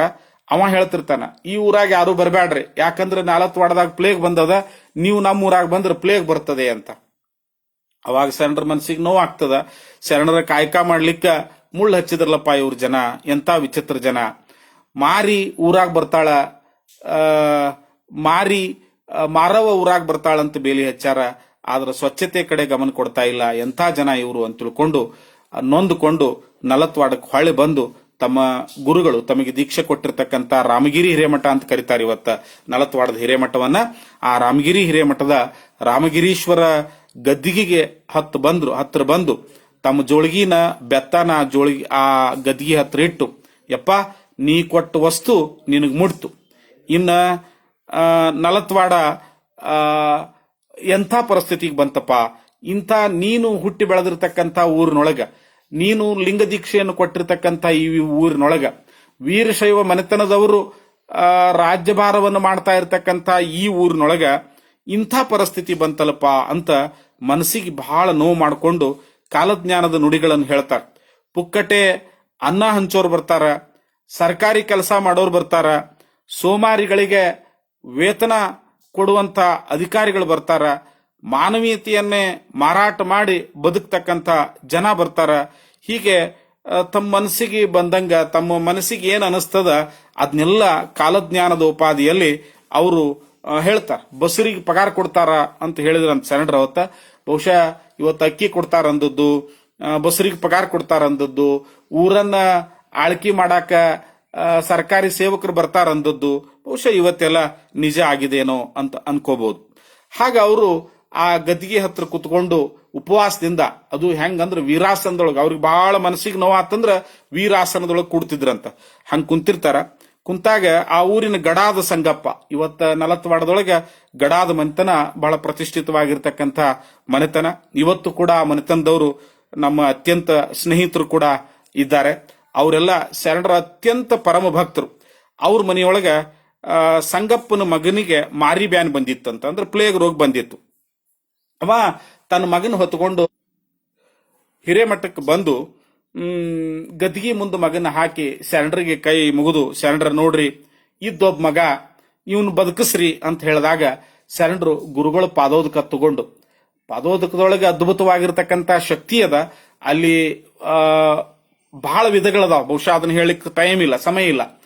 ಆ ಪಾದೋದಕವನ್ನು ತಗೊಂಡು ಆ ಮಗುವಿಗೆ ಪಾದೋದಕ ಹಾಕಿ ಗುರುಗಳ ಮೇಲೆ ಸಂಕಲ್ಪ ಮಾಡಿ ಅವನಿಗೆ ಪ್ರಸಾದವನ್ನ ಕೊಟ್ಟಾಗ ಆ ಮಗುವಿಗೆ ಆರಾಮಾಗ್ತದಂತ. ಹಾಗೆ ಕಾಲಜ್ಞಾನದ ನುಡಿಗಳನ್ನು ನುಡಿತಾ ಎಲ್ಲಿ ಬರ್ತಾರ ಶರಣರಂದ್ರ ಆ 40 ವಾಡದ ಅಗಸಿಗೆ ಬರ್ತಾರ. ಅಗಸಿಗೆ ಬಂದು, ನೋಡ್ರಪ್ಪ, ಕುರಿ ಕ್ವಾಣ ಬಲಿ ಕೊಡೋದು ನಮ್ ಧರ್ಮ ಅಲ್ಲ. ಬಸವಾದಿಗಳು ಅವರು ಅಪ್ಪ ಬಸವಣ್ಣನವರಿಗೆ ಎಂದೂ ಹೆಸರು ಹಿಡಿದು ಕರಿತಿದ್ದಿಲ್ಲ, ಅಪ್ಪಗಳು ಅಂತ, ಅಪ್ಪ ಅವರು ಅಂತ ಕರಿತಿದ್ರು. ಅಪ್ಪನ ತತ್ವ ಇದಕ್ಕೆ ಒಪ್ಪಂಗಿಲ್ಲ, ಅದಕ್ಕೆ ಇದನ್ನ ಮಾಡಬಾರ್ದು. ನೋಡ್ರಪ್ಪ, ಯಾರಿಗೆ ಪ್ಲೇಗ್ ಬಂದದ ಬರ್ರಿ, ಗುರುಗಳು ಪಾದೋದಕ ಕೊಡ್ತೀನಿ, ಪ್ರಸಾದ ಕೊಡ್ತೀನಿ ಅಂತ ಹೇಳಿ ಅವರಿಗೆಲ್ಲ ಕರೆದು ಸ್ವಚ್ಛತೆ ಬಗ್ಗೆ ಜಾಗೃತಿ ಮೂಡಿಸಿ, ಧರ್ಮದ ಬಗ್ಗೆ ಜಾಗೃತಿ ಮೂಡಿಸಿ ಅವರಿಗೆಲ್ಲ ಪ್ರಸಾದ ಕೊಟ್ಟಾಗ ಅನೇಕ ಜನರಿಗೆ ಅವತ್ತಿನ ಮಾರಿ ರೋಗ ಆರಾಮಾಯ್ತು ಅಂತ ತಿಳ್ಕೊಂಡು ಶರಣರ ಅನೇಕ ಚರಿತ್ರೆ ಗ್ರಂಥಗಳು ಹೇಳ್ತವೆ. ಇವತ್ತಿಗೂ ಕೂಡ ಅಲ್ಲಿನ ಜನ ಕೂಡ ಮಾತಾಡ್ತಾರೆ. ಶರಣರ ಊರನ್ನು ತೊರಲಿಕ್ಕ ಮನಸ್ಸು ಮಾಡ್ತಾರೆ. ಬ್ಯಾಡಿನ ಇಂಥ ಊರೊಳಗ ನಾನು ಇರೋದು ಬೇಡ, ಯಾವಾಗ ಕೋಣವನ್ನ ಬಲಿ ಕೊಟ್ಟಾರ, ಪ್ರಾಣಿ ಬಲಿ ಆಗ್ಯದ ಅಂದ್ಮೇಲೆ ನನ್ನ ಶಟಸ್ಥಲ ತತ್ವಕ್ಕ, ಅಷ್ಟಾವರಣ ತತ್ವಕ್ಕ, ಪಂಚಾಚಾರ ತತ್ವಕ್ಕ ಧಕ್ಕೆ ಆಗ್ಯದ ಅಂತ ತಿಳ್ಕೊಂಡು ಅವ್ರು ಏನ್ ಮಾಡ್ತಾರಂದ್ರ ಆ ಊರನ್ನ ಬಿಟ್ಟು ಬೇರೆ ಕಡೆ ಹೋಗ್ಬೇಕು ಅಂತ ತಿಳ್ಕೊಂಡು ಕುಟುಂಬ ಸಮೇತರವಾಗಿ ಸಿದ್ಧರಾಗ್ತಾರ. ಹೆಂಗ್ ಸಿದ್ಧ ಆಗ್ತಾರಂದ್ರ ತಮ್ಮ ಮನೆಯಲ್ಲಿರ್ತಕ್ಕಂಥ ಬೆಳ್ಳಿ ಲಿಂಗದ ಕಾಯಿನ, ತಮ್ಮ ಕೊರಳಾಗಿರ್ತಕ್ಕಂಥ ಬೆಳ್ಳಿ ಲಿಂಗದ ಕಾಯಿನ ತೆಗೆದು ಅರ್ಬಿ ಒಳಗ ಲಿಂಗಪ್ಪನ ಕಟ್ಕೊಂಡು ಆ ಲಿಂಗದ ಕಾಯಿನ ಮಾರಿ ಪತ್ತಾರ ಕಡೆ ಹೋಗಿ ಕೊಟ್ಟು ಅದರಿಂದ ಬಂದಿರತಕ್ಕಂಥ ದುಡ್ಲಿಂದ ತಾವು ಯಾವ ಅಂಗಡಿಯಲ್ಲಿ ಉದ್ರಿ ಮಾಡ್ತಿದ್ರಲ್ಲ ಆ ಅಂಗಡಿ ಉದ್ರಿ ತೀರಿಸಿ, ಮತ್ತ ಗುರುಗಳಿಗೆ ಸೀದಾ ಕೊಡುದು ಅಂತಾರ ಹಳ್ಳಿ ಒಳಗ. ಅಂದ್ರ ಬೆಲ್ಲ, ಬ್ಯಾಳಿ, ಅಕ್ಕಿ ಇದನ್ನೆಲ್ಲ ಗುರುಗಳಿಗೆ ಕೊಡಾಕ ಎಷ್ಟು ಬೇಕು ಅಷ್ಟು ವಸ್ತುಗಳನ್ನು ತಗೊಂಡು ಹೋಗಿ ಗುರುಗಳ ಮಟ್ಟಕ್ಕೆ ಕೊಟ್ಟು ತಮ್ಮ ಮನೆಯಲ್ಲಿರ್ತಕ್ಕಂಥ ಎಲ್ಲ ಸಾಮಾನುಗಳನ್ನ, ಯಾವುದೇ ಸಾಮಾನು ಉಳಿಸಲಾರ್ದಂಗೆ ಎಲ್ರಿಗೂ ದಾನ ಮಾಡಿ ಕೇವಲ ಲಿಂಗ ಪೂಜೆಗೆ ಏನ್ ಬೇಕು ಅದನ್ನ ಒಂದು ಚೀಲದಾಗ ಹಾಕೊಂಡು ಬಗಲಿಗೆ ಹಾಕೊಂತಾರ. ತಾವು ರುದ್ರಮ್ಮನವ್ರನ್ನ ಎತ್ಕೋತಾರ, ಕಂಠ ಇನ್ನು ಗುರುದೇವರು ಎತ್ಕೊಂತಾರ, ನಡ್ರಿಪ್ಪ ಸಾಗ್ಲ್ರಂತಾರ. ಗುರುದೇವಿ ತಾಯಿಯವರು ಪಾದದೊಳಗೆ ಪಾದರಕ್ಷೆ ಇರ್ತಾವ. ಇಪ್ಪ ಅಲ್ರಿಪ್ಪ, ಗುರುವಿನ ಬೆಟ್ಟಿ ಹಾಲಾಕ್ ಹೊಂಟಿವಿ, ನಾವು ಹೊಂಟದ್ದು ಮಹಾ ಗುರುವಿನ ದರ್ಶನಕ್ಕೆ ಹೊಂಟಿವಿ, ಚಪ್ಪಲ್ ಹಾಕೊಂಡು ಹೋಗೋದೇನ್ರಪ್ಪ, ಬ್ಯಾಡ್ರಪ್ಪ ಬಿಡ್ರಿ ಅಕ್ಕೂರ್ನ ಅಂತ ಹೇಳಿ ಅವು ಕೂಡ ಚಪ್ಪಲಿ ಇಲ್ಲದೆ ಇರ್ತಕ್ಕಂಥ ಬಡವರಿಗೆ ದಾನ ಮಾಡಿಸಿ ಬರಿಗಾಲಿನಿಂದ ಶರಣರು ಪಾದಯಾತ್ರೆ ಹೊರಡ್ತಾರಂತ. ಇಡೀ ನಲತ್ವಾಡ ಅವ್ರ ಬೆನ್ ಹತ್ತೈತಿ. ಯಪ್ಪ ಶರಣರ, ನೀವೆಲ್ಲ ನಮಗೆ ಜ್ಞಾನದ ಬೆಳಕು ಕೊಡೋರು, ಶಿಕ್ಷಣ ಕೊಡೋರು, ಧರ್ಮ ಕೊಡೋರು, ನೀವ್ ಹಿಂಗ್ ಹೊಂಟ್ರ ಹೆಂಗ ಅಂತ ತಿಳ್ಕೊಂಡು ಅವ್ರನ್ನ ಬೆನ್ ಹತ್ತಾರ. ಶರಣರು ಕಣ್ಣಾಗ ನೀರ್ ತಂದು, ಇಲ್ಲ ನಮ್ಮ ನಿಮ್ಮ ಸಂಬಂಧ ಋಣ ಸಂಬಂಧ ಇಷ್ಟೇ ಇತ್ತಂತ ಕಾಣ್ತದ, ಇರ್ಲಿ ಅಂತ ಹೇಳಿ ತಮ್ಮ ಮನೆ ದೇವರಾಗಿರ್ತಕ್ಕಂಥ ವೀರಭದ್ರ ದೇವರಿಗೆ ಅಕ್ಕಿಯನ್ನು ದಾನ ಮಾಡಿ ಜನರನ್ನೆಲ್ಲ ಕರ್ಕೊಂಡು ಊರ್ ಹೊರಗೆ ಬರ್ತಾರ. ಊರ್ ಹೊರಗೆ ಬಂದು ಶರಣರು ಅಲ್ಲಿ ಹೇಳ್ತಾರ, ಬಹುಶಃ ಹೊಳಲಾಕ್ ಟೈಮ್ ಸಿಗ್ತದಂತ ಹಿಂಬ್ರಿಕಿನೇ ಹೋದ್ರು ಅಂತನೂ ಕೂಡ ಹೇಳ್ತಾರ. ಅಲ್ಲಿ ಬಂದು ಒಂದ್ ಕಡೆ ನಿಂತು ಭಕ್ತರಿಗೆ ಮುಖ ತೋರಿಸ್ತಾರಂತ. ಅದನ್ನ ನಲತ್ವಾಡದ ಹಿರಿಯರು BM ಅಂಗಡಿ ಸಾವುಕಾರರು ಇವತ್ತ ಅವ್ರ ಕಾರ್ಯಭಾರವನ್ನ ನಲತ್ವಾಡದ ಹಿರಿಯರು ಗೌಡ್ರಾಗಿರ್ತಕ್ಕಂಥ MS ಪಾಟೀಲ್ರು, ಅಂಗಡಿ ಸಾವುಕಾರ ಮಕ್ಕಳು ಅದನ್ನೆಲ್ಲ ಮಾಡ್ಕೊಂಡು ಹೊಂಟಾರ. ಅವಾಗ BM ಅಂಗಡಿ ಸಾವುಕಾರರು, ನಾನು ಅವ್ರ ಕಡೆ ಬಹಳ ಸಲ ಭೇಟಿ ಆಗ್ತಿದ್ದೆ ನಾನು ಈ ವಿಷಯವಾಗಿ ಶರಣರ ಕುರಿತಾಗಿರ್ತಕ್ಕಂಥ ಸಂಗತಿಗಳನ್ನು ಮಾತಾಡ್ಲಿಕ್ಕೆ. ಅವ್ರು ನನಗೊಂದು ಮಾತು ಹೇಳ್ತಿದ್ರು, ನೋಡ್ರಿ ಹಿರೇಮಠರ, ಶರಣರು ಬಂದು ಇಲ್ಲಿ ಏನು ಕುಂತ್ ಹೋದ್ರಲ್ಲ, ಈ ಜಾಗದಾಗ ಶಾಲಾ ಆತು, ಕಾಲೇಜ್ ಆತು, ಇವತ್ತ ಮುದ್ದೇಬಿಹಾಳಕ್ B.Ed ಕಾಲೇಜ್ ಆಗೋಕ್ಕಿಂತಲೂ ಮೊದಲು ನಲತ್ವಾಡದಾಗ B.Ed ಕಾಲೇಜ್ ಆತು. ಅದನ್ನ ಅಂಗಡಿ ಸಾಕೋರ್ ಬಹಳ ಅಭಿಮಾನದಿಂದ ಹೇಳ್ತಿದ್ರು. ಯಾಕಾಯ್ತು ಅಂದ್ರ ಇಲ್ಲಿ ಶರಣರು ಕುಂತ್ ಹೋಗ್ಯಾರಲ್ಲ, ಅದಕ್ಕ ಇಲ್ಲೆಲ್ಲ ಶಿಕ್ಷಣ ಸಂಸ್ಥೆಗಳು ತಲೆ ಎತ್ತಿದ್ವು ಅಂತ ಹೇಳ್ತಿದ್ವು. ಅಷ್ಟ ಅಲ್ಲ, ಈ ಕಟ್ಟಡ ನಾನು ಸುಮ್ಮನೆ ಕಟ್ಟಂಗ ಕಟ್ಟಿಬಿಟ್ಟೆ ಇದನ್ನ ಕಾರ್ಯದರ್ಶಿಯಾಗಿ ಕೆಲಸ ಮಾಡುವಾಗ. ಆದ್ರ ಇಡೀ ಕಟ್ಟಡ ಯಾವ ಆಕಾರದಲ್ಲಿ ಆಗ್ಯದಂದ್ರ ಇಂಗ್ಲಿಷಿನ V ಅಕ್ಷರದಲ್ಲಿ ಆಗ್ಯದ. ಯಾಕಾಗ್ಯದ ಅಂದ್ರ ಅದು ವೀರೇಶಪ್ಪ ಮುತ್ಯಂದಲ್ಲ, ಅದಕ್ಕಾಗ್ಯದ ಅಂತ ಅಭಿಮಾನದ ಸಂಗತಿಯನ್ನ ಅವ್ರು ಹೇಳ್ತಿದ್ರು. ಹಿಂಗ ಶರಣರು ನಲತ್ವಾಡವನ್ನು ಬಿಟ್ಟು ನೊಂದುಕೊಂಡು ಈ ಮುರಾಳ ಗ್ರಾಮಗಳ ಮೂಲಕ ಹಾಯ್ದು ಎಲ್ಲಿ ಬರ್ತಾರಂದ್ರ ಮುದ್ದೇಬಿಹಾಳಕ್ ಬರ್ತಾರ. ಆಗ ಮುದ್ದೇಬಿಹಾಳದೊಳಗ ಶರಣರ ಬೀಗರು ಗುರುದೇವಿ ತಾಯಿಯವರ ಅಣ್ಣವರಾಗಿರ್ತಕ್ಕಂಥ ಗಜದಂಡ ಶಿವಯೋಗಿಗಳು, ಗಜದಂಡ ಶಿವಾಚಾರ್ಯರು ಅಂದ್ರ ನಿಡಗುಂದಿಯ ಆಲಮಟ್ಟಿಯ ಹಿರೇಮಠದ ಪಟ್ಟದ್ದೇವ್ರು. ಅವ್ರಿಗೆ ಮುದ್ದೇಬಿಹಾಳದೊಳಗ ಚಿನಿವಾಲ್ರ ಮಂತಂದವರಿಗೆ ಕುಲಗುರುಗಳಾಗಿರ್ತಾರ. ಹೀಗಾಗಿ ಇವತ್ತಿಗೂ ಕೂಡ ಮುದ್ದೇಬಿಹಾಳದ ಈ ಬಂಗಾರದ ಬಜಾರ್, ಶರಾಬ್ ಬಜಾರ್ ಅಂತ ಏನು ಹೇಳ್ತೀವಲ್ಲ, ಆ ಪ್ರದೇಶದಲ್ಲಿ ಆಲ್ಮಟ್ಟಿ ಹಿರೇಮಠದ ಮಠ ಇವತ್ತಿಗೂ ಕೂಡ ಇದೆ. ಆ ಜಾಗದೊಳಗ ಅವರು ತಮ್ಮ ಮಠದೊಳಗ ಪುರಾಣವನ್ನ ಹಚ್ಚಿರ್ತಾರ ಶ್ರಾವಣಕ್ಕ. ಆ ಸಂದರ್ಭದೊಳಗ ಪುರಾಣದ ಮಂಗಲದ ಸಮಯ ಇರ್ತದೋ ಏನೋ ಒಂದು ದಾಸೋಹ ಇರ್ತದ, ಜಂಗಮ ದಾಸೋಹ ಇರ್ತದ. ಅವಾಗ ಶರಣರಲ್ಲಿ ಬಂದಾಗ ಶರಣರಿಗೆ ಹೇಳ್ತಾರಂತ, ನೀವು ಹಿಂಗ್ ಯಾಕೆ ಹೊಂಟಿರಿ, ನೀವು ಸೊಲ್ಲಾಪುರಕ್ಕೆ ಹೋಗ್ಬೇಕಂತ ತಿಳ್ಕೊಂಡು ಹೇಳ್ತೀರಿ, ಸೊಲ್ಲಾಪುರಕ್ಕೆ ಹೋಗ್ಬೇಕಾದ್ರ ವಾಹನಗಳ ವ್ಯವಸ್ಥೆ ಅದ, ನೀವು ನಡ್ಕೊಂತ ಎಷ್ಟು ದಿವಸದಾಗ ಹೋಗೋರು ಅಂತ ಕೇಳಿದಾಗ, ಯಪ್ಪ ಗುರುವಿನ ಆಜ್ಞೆ ಸಿದ್ದರಾಮ ಆಜ್ಞೆ ಮಾಡ್ಯಾನ, ಪಾದಯಾತ್ರೆ ಮೂಲಕನೇ ಬಾ ಅಂತ ಹೇಳ್ಯಾನ, ಅದಕ್ಕ ನಾವು ಪಾದಯಾತ್ರೆ ಮೂಲಕನೇ ಸೊಲ್ಲಾಪುರಕ್ಕೆ ಹೋಗ್ತೀವಿ ಅಂತ ಹೇಳಿ ಗುರುಗಳಿಗೆ ನಯವಾಗಿ ಅವ್ರು ಹೇಳಿರ್ತಕ್ಕಂಥದ್ದನ್ನ ತಿರಸ್ಕಾರ ಮಾಡ್ತಾರ. ಅವಾಗ ಅವ್ರು ಹೇಳ್ತಾರ, ಸೊಲ್ಲಾಪುರದಾಗ ಇರ್ತಕ್ಕಂಥ ಪರಮಾತ್ಮ ಮುದ್ದೇಬಿಹಾಳದಾಗ ಇಲ್ಲೇನು, ಇಲ್ಲೇ ಇದ್ದು ನಿಮ್ಮ ಜಂಗಮ ಕಾಯಕವನ್ನು ಮಾಡಿಕೊಂಡು ನಮ್ಮ ಮಠದಾಗ ಇರ್ರಿ ಅಂತ ಹೇಳಿದ್ರ, ಇಲ್ರಿಪ್ಪ ಅಲ್ಲಿ ನಮಗ ಸಿದ್ದರಾಮನ ಆದೇಶ ಆಗ್ಯದ, ನಾವ್ ಅಲ್ಲೇ ಹೋಗೋರು.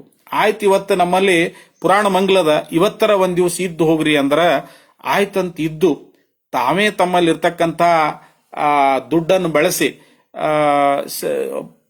ಕಾಳು ಕಡಿಗಳನ್ನು ತಂದು, ಬೆಲ್ಲ ಬ್ಯಾಳಿ ತಂದು ಪ್ರಸಾದವನ್ನು ಮಾಡಿ ಆ ಪಟ್ಟದ ದೇವರಿಗೆ ಪ್ರಸಾದ ಮಾಡಿಸಿ ಅವ್ರ ಪಾದೋದಕ ತಗೊಂಡು, ಈ ಪಾದೋದಕ ಕೊನೆವರೆಗೂ ನನ್ನಲ್ಲಿ ಇರ್ಲಿ ಅಂತ ತಿಳ್ಕೊಂಡು ಅವ್ರಿಗೆ ಪ್ರಸಾದ ಮಾಡಿಸಿ ಆ ಶೇಷ ಪ್ರಸಾದವನ್ನು ತಾವು ಮತ್ತು ಮಕ್ಕಳು ಮಾಡಿ ಮರುದಿವ್ಸ ತೆಲಗಿ ಕಡೆ ಹೋಗ್ತಾರೆ. ಹಿಂಗೆ ಹೋದಾಗ ಬಹುಶಃ ಟ್ರೇನ್ ಹಿಡ್ಕೊಂಡು ಹೋಗ್ಬೇಕನ್ನುವಂತ ಗುರುವಿನ ವಾಕ್ಯ ಆಗಿತ್ತು ಅಥವಾ ಅವ್ರ ಮನಸ್ಸಾಗಿತ್ತೋ ಏನೋ. ಅವ್ರು ಇನ್ನೂ ಒಂದ್ ಸ್ವಲ್ಪ ತೆಲಗಿ ಸ್ಟೇಷನ್ ಹತ್ರ ಇರ್ತಾರ, ಟ್ರೈನ್ ಹೋಗ್ಬಿಡ್ತೈತಿ. ಅವಾಗ ಗುರುದೇವಿ ತಾಯಿಯವ್ರಿಗೆ ಹೇಳ್ತಾರಂತ, ನೋಡು ಅಪ್ಪ ನಮ್ಮನ್ನ ಪಾದಯಾತ್ರೆಯಿಂದನ ಬಾ ಅಂತ ಹೇಳಿ ಆದೇಶ ಮಾಡ್ಯಾನ, ಅದಕ್ಕ ಯಾವ ಗಾಡಿನೂ ಹತ್ತುದು ಬ್ಯಾಡ ಅಂತ ಹೇಳಿ ಅವ್ರು ಪಾದಯಾತ್ರೆ ಮೂಲಕನೇ ಸುಮಾರು 5-6 ದಿವಸಕ್ಕ ಸೊಲ್ಲಾಪುರ ಮುಟ್ತಾರ. ಈಗ ಸೊಲ್ಲಾಪುರಕ್ಕೆ ಹೋಗುವಾಗ ಅನೇಕ ಘಟನೆಗಳು ನಡೀತಾವ. ಅವ್ರು ತಾವಾಗೆ ಎಂದು ಪ್ರಸಾದವನ್ನು ಮಾಡಬೇಕು ಅಂತ ಅನ್ಕೊಂತಿರ್ಲಿಲ್ಲ. 2 ದಿವಸಗಳಿಂದ ಮಕ್ಕಳು ಪ್ರಸಾದ ಮಾಡಿದ್ದಿಲ್ಲ, ಅವರು ಪ್ರಸಾದ ಮಾಡಿದ್ದಿಲ್ಲ. ಸೊಲ್ಲಾಪುರ ಹತ್ರ ಭೀಮಾ ನದಿ ದಂಡಿ, ಬಹುಶಃ ಶಳ್ಳಿಗಿ ಗ್ರಾಮ ಅಂತ ಇರ್ಬೋದು, ಅಲ್ಲಿ ಹೋಗಿರ್ತಾರ. ಅವಾಗ ಒಬ್ಬ ಜಂಗಮ ಮೂರ್ತಿ ಬಂದು, ಶರಣರ ನಮಗ ಪ್ರಸಾದ ಮಾಡೋ ಅಪೇಕ್ಷೆ ಆಗ್ಯದ, ಆದ್ರ ನಾವು ಸ್ನಾನ ಲಿಂಗ ಪೂಜೆಯನ್ನು ಮಾಡಿದ ಮೇಲೆ ಆ ಸ್ಥಳದಲ್ಲೇ ಕುಂತ್ಕೊಂಡು ಪ್ರಸಾದ ಮಾಡ್ಬೇಕು, ನಮ್ಮ ಪದ್ಧತಿ ಅದ, ನೀವು ಆ ವ್ಯವಸ್ಥೆ ಮಾಡ್ತೀರೇನು ಅಂತ ಕೇಳ್ತಾರ ಜಂಗಮರವರು. ಅವಾಗ ಶರಣರ್ ಅಂತಾರ, ಯಪ್ಪ ಆಗ್ಬಾರ್ದು ಯಾಕಂತ ತಿಳ್ಕೊಂಡು ಅಲ್ಲೇ ಪಕ್ಕದ ಊರಿಗೆ ಹೋಗಿ ಬೆಲ್ಲ ಬ್ಯಾಳಿ ತಂದು ಗುರುದೇವಿ ತಾಯಿಯವರಿಗೆ ಹೇಳಿ ಇದ್ದಂತ ಸಾಮಗ್ರಿಗಳಲ್ಲಿಯೇ ಆ ನದಿ ದಂಡೆ ಮೇಲೆ ಪ್ರಸಾದವನ್ನ ಸಿದ್ಧಪಡಿಸ್ತಾರಂತ. ಗುರುಗಳಿಗೆ ಸ್ನಾನವನ್ನು ಮಾಡಿಸಿ, ಅವ್ರ ಲಿಂಗ ಪೂಜೆ ಮಾಡಿಸಿ, ತಾವು ಪೂಜೆ ಮಾಡಿಕೊಂಡು, ತಮ್ಮ ಧರ್ಮಪತ್ನಿಯವ್ರ ಪೂಜೆ ಮಾಡಿಕೊಂಡು, ಮಕ್ಕಳಿಗೆ ಲಿಂಗ ಪೂಜೆ ಮಾಡಿಸಿ, ಗುರುಗಳ ಪ್ರಸಾದ ಆದ್ಮೇಲೆ ಶೇಷ ಪ್ರಸಾದವನ್ನು ಮಾಡ್ತಾರಂತೆ. ಚನ್ನ ಕವಿಗಳು ಬರೀತಾರೆ, ಬಹುಶಃ ಅಲ್ಲಿ ಬಂದಿರತಕ್ಕಂತ ಜಂಗಮ ಯಾರು ಅಂತ ಹೇಳಿದ್ರ ಅವ್ರ ಹಸಿವೆಯನ್ನು ನೋಡ್ಲಾರ್ದನೆ ಅವ್ರೊಳಗಿರ್ತಕ್ಕಂಥ ಪರಮಾತ್ಮನಿಗೆ ಹಸಿವೆಯನ್ನು ತಾಳೋದಾಗ್ಲಿಲ್ಲ ಅಂತ. ಅದಕ್ಕೆ ಸ್ವತಃ ಪರಮಾತ್ಮನೇ ಬಂದು ಅವರಿಗೆ ಪ್ರಸಾದ ಮಾಡಿಸಿದ ಅಂತ ಹೇಳ್ತಾರೆ. ಹೀಗೆ ಅವರು ನಡಿತಾ ನಡಿತಾ ಪಾದಯಾತ್ರೆಯ ಮೂಲಕ ಸೊಲ್ಲಾಪುರಕ್ಕೆ ಬರ್ತಾರ. ಅಲ್ಲಿ ಒಂದ್ ಸ್ವಲ್ಪ ದಿವಸ ಅವರ ಸಹೋದರನಾಗಿರ್ತಕ್ಕಂಥ ಪ್ರಭಯನ ಮನೆಯೊಳಗ ಶಳ್ಳಿಗಿ ಗ್ರಾಮದೊಳಗೆ ಒಂದ್ ಸ್ವಲ್ಪ ದಿವಸ ಇರ್ತಾರ. ಇದ್ದು ನನ್ನ ಸಂಸಾರ ಇವನಿಗೆ ಯಾಕೆ ಭಾರ ಆಗ್ಬೇಕು, ನನಗೆ 2 ಮಕ್ಕಳು, ಪಾಪ ಇವನಿಗೆ ಮಕ್ಕಳಿಲ್ಲ, ಅವರಿಬ್ರು ಗಂಡ ಹೆಂಡತಿ ಸಂಸಾರ ಮಾಡ್ಕೊಂಡು ಹೊಂಟಾರ, ಬೇಡ ಅಂತ ತಿಳ್ಕೊಂಡು ಸೊಲ್ಲಾಪುರದ ಮಲ್ಲಯ್ಯನ ಗುಡಿ ಹತ್ರ ಒಂದು ಮನೆಯನ್ನು ಬಾಡಿಗೆ ಹಿಡಿದು ಅಲ್ಲಿ ತಮ್ಮ ಸಂಸಾರವನ್ನು ಹೂಡ್ತಾರ. ಅದಕ್ಕೆ ಶಾಂತಾಶ್ರಮ ಅಂತ ಹೆಸರಿಟ್ಕೊಂತಾರ. ದಾಸೋಹ, ಜಂಗಮ ಕಾಯಕ, ಸತ್ಯ ಶುದ್ಧ ಕಾಯಕದ ಮೂಲಕ ಧರ್ಮ ಬೋಧನೆಯನ್ನು ಮಾಡ್ತಾ ಅವರಲ್ಲಿ ತಮ್ಮ ಬದುಕನ್ನ ಸಾಗಿಸ್ತಾ ಇರ್ತಾರೆ. ಸೊಲ್ಲಾಪುರದೊಳಗ ಅನೇಕ ಘಟನೆಗಳು ನಡೀತಾವು. ಅದ್ರೊಳಗೆ ಒಂದು ಘಟನೆಯನ್ನ ಹೇಳ್ಬೇಕಾಗ್ತದ. ಅವರು ಹರಕ್ ಬಟ್ಟಿ, ಅವ್ರ ಅಂಗಿ ಯಾವಾಗ ಹೊಲ್ಕೊಂತಿದ್ರಂದ್ರ ಅದಕ್ಕ ಅಂಗಿ ಹರಿದಾಗ್ಲೆಲ್ಲ ಆ ಮಗಳು ರುದ್ರಮ್ಮ ತ್ಯಾಪಿ ಹಚ್ಚಕ್ಕಿ, ಮನೆಯೊಳಗಿರ್ತಕ್ಕಂಥ ಆ ಚಿಂದಿ ಅರಿವಿಗಳನ್ನ ತಗೊಂಡು ತ್ಯಾಪಿ ಹಚ್ಚಕ್ಕಿ. ಬಹಳ ತ್ಯಾಪಿ ಹೆಚ್ಚಾಗಿ ಅಂಗಿ ವಜ್ಜ ಆಲಕತ್ತಂದ್ರ ಅವ್ರ ತಾಯಿಯವ್ರು ಉಡ್ತಕ್ಕಂಥ ಬಿಳಿ ಸೀರಿ ಅದು ಹಳಿದಾಗಿತ್ತಂದ್ರ, ಅದು ಕಟ್ ಆಗಿತ್ತಂದ್ರ ಅವ್ರಿಗೆ ಗುರುದೇವಿ ತಾಯಿಯವ್ರಿಗೆ ಮತ್ತೊಂದು ಸೀರೆ ತಂದಾಗ ಈ ಹಳಿ ಸೀರೆ ಒಳಗ ಹರಿದೇ ಉಳಿದಿರ್ತಕ್ಕಂಥ ಭಾಗವನ್ನು ಕಟ್ ಮಾಡಿ ನಿಲುವಂಗಿಯನ್ನು ಹೊಲದು ಶರಣರಿಗೆ ಕೊಟ್ರ, ನಮ್ಮವ್ವ ನಮ್ಮ ತಾಯಿ ರುದ್ರಮ್ಮ ನನ್ಗೆ ಹೊಸ ಅಂಗಿ ಹೊಲಸಾಳ ಅಂತ ಹೇಳಿ ಅವತ್ತ ಅಂಗಿನ ತೊಳೆದು ಹಾಕೊಂಡು ಅವತ್ತ ಹೊಸ ಅಂಗಿ ಅಂತ ಸಂಭ್ರಮ ಪಡ್ತಿದ್ರಂತ. ಹೀಗ ತಲಿಗಿ ಪೇಟ ಸುತ್ಕೊಂಡು, ಮೈಮ್ಯಾಲೆ ಕಂಬಳಿ ಹೊಚ್ಕೊಂಡು, ಕೈಯಾಗ ಒಂದು ಜೋಳ್ಗಿ ಹಿಡ್ಕೊಂಡು, ಒಂದು ಬೆತ್ತ ಹಿಡ್ಕೊಂಡು ಮನೆ ಕಾಯಕಕ್ಕೆ ಹೋಗುವಂತದ್ದು ಶರಣರ ರೂಢಿ ಅದು. ಹಿಂಗ ದೊಬಡೆ ಮಲ್ಲಿಕಾರ್ಜುನ ಅಂತ ಒಬ್ಬ ಬಹಳ ದೊಡ್ಡ ಶ್ರೀಮಂತ, ಅವನ ಮನೆ ಮುಂದೆ ಹೋಗಿ ಭಿಕ್ಷಾ ಕಾಯಕಕ್ಕೆ ನಿಂತಿರ್ತಾರ. ಇವರು ಬಳತ್ತನ ಹಾಗೆ ಮೂಕದಿಂದ ನಿಲ್ತಾರ. ಅದು ವೀರಶೈವ ಅಷ್ಟಾವರಣ ಸಂಪನ್ನರಾಗಿರ್ತಕ್ಕಂಥ ಮನೆತನ ಅಂತ ತಿಳ್ಕೊಂಡು ಆ ಮನೆತನದ ಮುಂದೆ ನಿಂದಿರ್ತಾರ. ಆದ್ರೆ ದೊಬಡೆ ಮಲ್ಲಿಕಾರ್ಜುನ್ ದುರ್ದೈವನೋ ಏನೋ, ಅವನು ಇವ್ರನ್ನ ಗುರುತಿಸಂಗಿಲ್ಲ. ಇವನ್ ಯಾವನೋ ಕಳ್ಳದಾನ, ಈ ವೇಷದಿಂದ ಬಂದಾನ ಅಂತ ತಿಳ್ಕೊಂಡು ಮೈ ಮೆತ್ತಗಂಗ್ ಹೊಡೆದು ಒಂದು ಕೋಲಿಯೊಳಗೆ ಹಾಕಿ ಒಳಗಡೆ ಹಾಕಿಬಿಡ್ತಾನ. ಅವಾಗ ಶರಣರು ಬಹಳ ನೊಂದ್ಕೋತಾರ. ಒಂಟಗಾಲ ಮೇಲೆ ನಿಂತ್ಕೊಂಡು ಶಿವಶಿವ ಶಿವಶಿವ ಅಂತಿರ್ತಾರ. ಅವಾಗ ದೊಬಡೆ ಮಲ್ಲಿಕಾರ್ಜುನ್ ಹೇಳ್ತಿ ಕೇಳ್ತಾಳಂತ, ಇಷ್ಟೆಲ್ಲ ಹೊಡೆದ್ರು ಕೂಡ ಮೈ ಬ್ಯಾನ್ ಆಗ್ಯದಂತ ಬ್ಯಾನಿ ಮುಟ್ಕೊಳ್ಳಲಿ ಮರಾಯ, ನೀನು ಶಿವಶಿವ ಶಿವಶಿವ ಅಂತೀಯಲ್ಲ, ನಿಂದೇನು ಅಂದಾಗ, ಶಿವನ ಇಚ್ಛಾ ಇತ್ತು ಅದಕ್ಕೆ ಹೊಡೆತು ಬಿದ್ದಾವು. ಶಿವನ ಇಚ್ಛಾ ಆದಾಗ ಈ ಬಂದ ಮುಕ್ತ ಆಗ್ತದ, ಶಿವನ ಇಚ್ಛಾ ಆದಾಗ ಇದಕ್ಕೆ ಪ್ರಸಾದ ಸಿಗ್ತದವ, ಶಿವನೇ ಮನಸ್ಸಿಗೆ ನೋವು ಆಗ್ತದಂತೆ. ಅವಾಗ ಗಂಡನಿಗೆ ಹೇಳಿ ಅವ್ರನ್ನ ಬಿಡಿಸ್ತಾಳ. ಶರಣರ ಮನಸ್ಸಿಗೆ ತುಂಬಾ ನೋವು ಆಗ್ತದಂತೆ. ನೋವಾದಾಗ ಮುಂದ್ ಪರಿಸ್ಥಿತಿ ಏನಾಗ್ತದಂದ್ರ, ಶರಣರ ಉಸಿರು ಹಾಕಿದ್ದಕ್ಕ ದೊಬಡೆ ಮಲ್ಲಿಕಾರ್ಜುನ ವಂಶ ಖಂಡಿತ ಆಗ್ತದ. ಅನೇಕ ಸಲ ಅವನ್ನ ಹೆಂಡತಿ ಬಂದು ಶರಣರ ಮನೆಗೆ ಪ್ರಸಾದ ಕೇಳಿದ್ರು ಕೂಡ ಪ್ರಸಾದ ಸಿಗುದಿಲ್ಲ ಅಂತ. ಶರಣರ ಪ್ರಸಾದದೊಳಗ ಅದ್ಭುತ ಶಕ್ತಿ ಇತ್ತು. ಅಷ್ಟ ಅಲ್ಲ, ನಮ್ಮಲ್ಲಿ ಇಲ್ಲಿ ಕೇಶವಾಪುರ ಅಂತ ಬರ್ತದ. ಆ ಕೇಶಾಪುರದೊಳಗ ಸಂಗಯ್ಯನವರು ಅಂತ ಹೇಳಿ ಶರಣರ ಸಮಕಾಲೀನರು, ಬಹಳ ದೊಡ್ಡ ಶರಣರು ಅವರು ಆಗಿ ಹೋಗ್ತಾರೆ. ಅವ್ರಿಗೆ ಒಂದ್ಸಲ ಇಲ್ಲಿಪ್ಪ ಕೊಡೇಕಲ್ ಹತ್ರ ಒಂದು ಊರಿನೊಳಗೆ ಅವ್ರು ಇರ್ತಾರೆ. ಅಲ್ಲಿ ಅವರಿಗೆ ವಿಷಪ್ರಾಶನ ಆಗ್ತದ, ಹಗರಟಿಗಿ ಅಂತ. ವಿಷಪ್ರಾಶನ ಆದಾಗ ಆ ವಿಷವನ್ನ ಶರಣರು ತಮ್ಮ ಪ್ರಸಾದ ಶಕ್ತಿಯಿಂದ ಆ ವಿಷವನ್ನ ಹೋಗ್ಲಾಡಿಸಿದ್ರು ಅಂತ ಹೇಳ್ತಾರೆ. ಅಷ್ಟ ಅಲ್ಲ, ಯಾವ ಸೊಲ್ಲಾಪುರದೊಳಗೆ ವಾರದ ಮಲ್ಲಪ್ಪನವರ ಧರ್ಮಪತ್ನಿ ಬಸವಾಂಬೆಯರು ಕೂಡ ಒಂದ್ಸಲ ವಿಷ ಕುಡಿದಿರ್ತಾರೆ ಏನೋ ನೋವು ಆಗಿ. ಅವ್ರ ವಿಷವನ್ನು ಕೂಡ ಶರಣರ ಧರ್ಮಪತ್ನಿ ಆಗಿರ್ತಕ್ಕಂಥ ಗುರುದೇವಿ ತಾಯಿಯವರು ತಮ್ಮ ಪ್ರಸಾದ ಶಕ್ತಿಯಿಂದ ವಿಷವನ್ನು ಕಳೆದ್ರು ಅನ್ನುವಂಥದ್ದು ಬರ್ತದ. ಶರಣರ ಪ್ರಸಾದ ಬಹಳ ಶಕ್ತಿಯುತವಾಗಿರ್ತಕ್ಕಂಥ ಪ್ರಸಾದ ಆಗಿತ್ತು ಅಂತ ಅನೇಕ ಘಟನೆಗಳು ಇಲ್ಲಿ ಹೇಳ್ತಾವ. ಅವರೆಂದೂ ಇಂಗ್ಲಿಷ್ ಕೊಟ್ಟಿರ್ತಕ್ಕಂಥ ಔಷಧಿಯನ್ನ ಪಡಿತಿರ್ಲಿಲ್ಲ. ಶರಣರಿಗೆ ಅನೇಕ ಸಲ ರೋಗ ರುಜಿನ ಬಂದಂಗ ಅವ್ರ ಮಗನಿಗೆ ಒಂದ್ಸಲ ಪ್ಲೇಗ್ ಬಂದಿರತಕ್ಕಂಥ ಒಂದು ಘಟನೆಯನ್ನ ಇಲ್ಲಿ ಹೇಳಬೇಕಾಗ್ತದ. ಸೊಲ್ಲಾಪುರದೊಳಗ ವಿಚಿತ್ರವಾಗಿರ್ತಕ್ಕಂಥ ಪ್ಲೇಗ್ ರೋಗ ಆವರಿಸಿ ಬಿಡ್ತೈತಿ. ಆ ಸಂದರ್ಭದಲ್ಲಿ ಶೆಳ್ಳಿಗೆ ಒಳಗಿರ್ತಕ್ಕಂಥ ಪ್ರಭೈನವರು ಮಲ್ಲಯ್ಯನವರು ಏನ್ ಮಾಡ್ತಾರಂದ್ರ, ನಮ್ಮೂವರ ನಡುವ ಒಬ್ಬನೇ ಗಂಡ್ಮಗ ಕಂಟಯ್ಯ, ಇವನಿಗೆ ಈ ರೋಗ ಬಂದ್ಬಿಡ್ತು ಅಂತ ಹೇಳಿದ್ರ ಬಹಳ ಘಾತ ಆಗ್ತದ, ಬೇಡ ನಮ್ಮ ಅಣ್ಣ ಇದು ಸೊಲ್ಲಾಪುರ ಬಿಟ್ಟು ಬರುವುದಿಲ್ಲ, ಆದ್ರೆ ಏನ್ ಮಾಡೋದು ಅಂತ ಹೇಳಿ ಕಂಟಯ್ಯನ ಕರ್ಕೊಂಡು ಶೆಳ್ಳಿಗೆ ಕರ್ಕೊಂಡು ಹೋಗ್ತಾರ.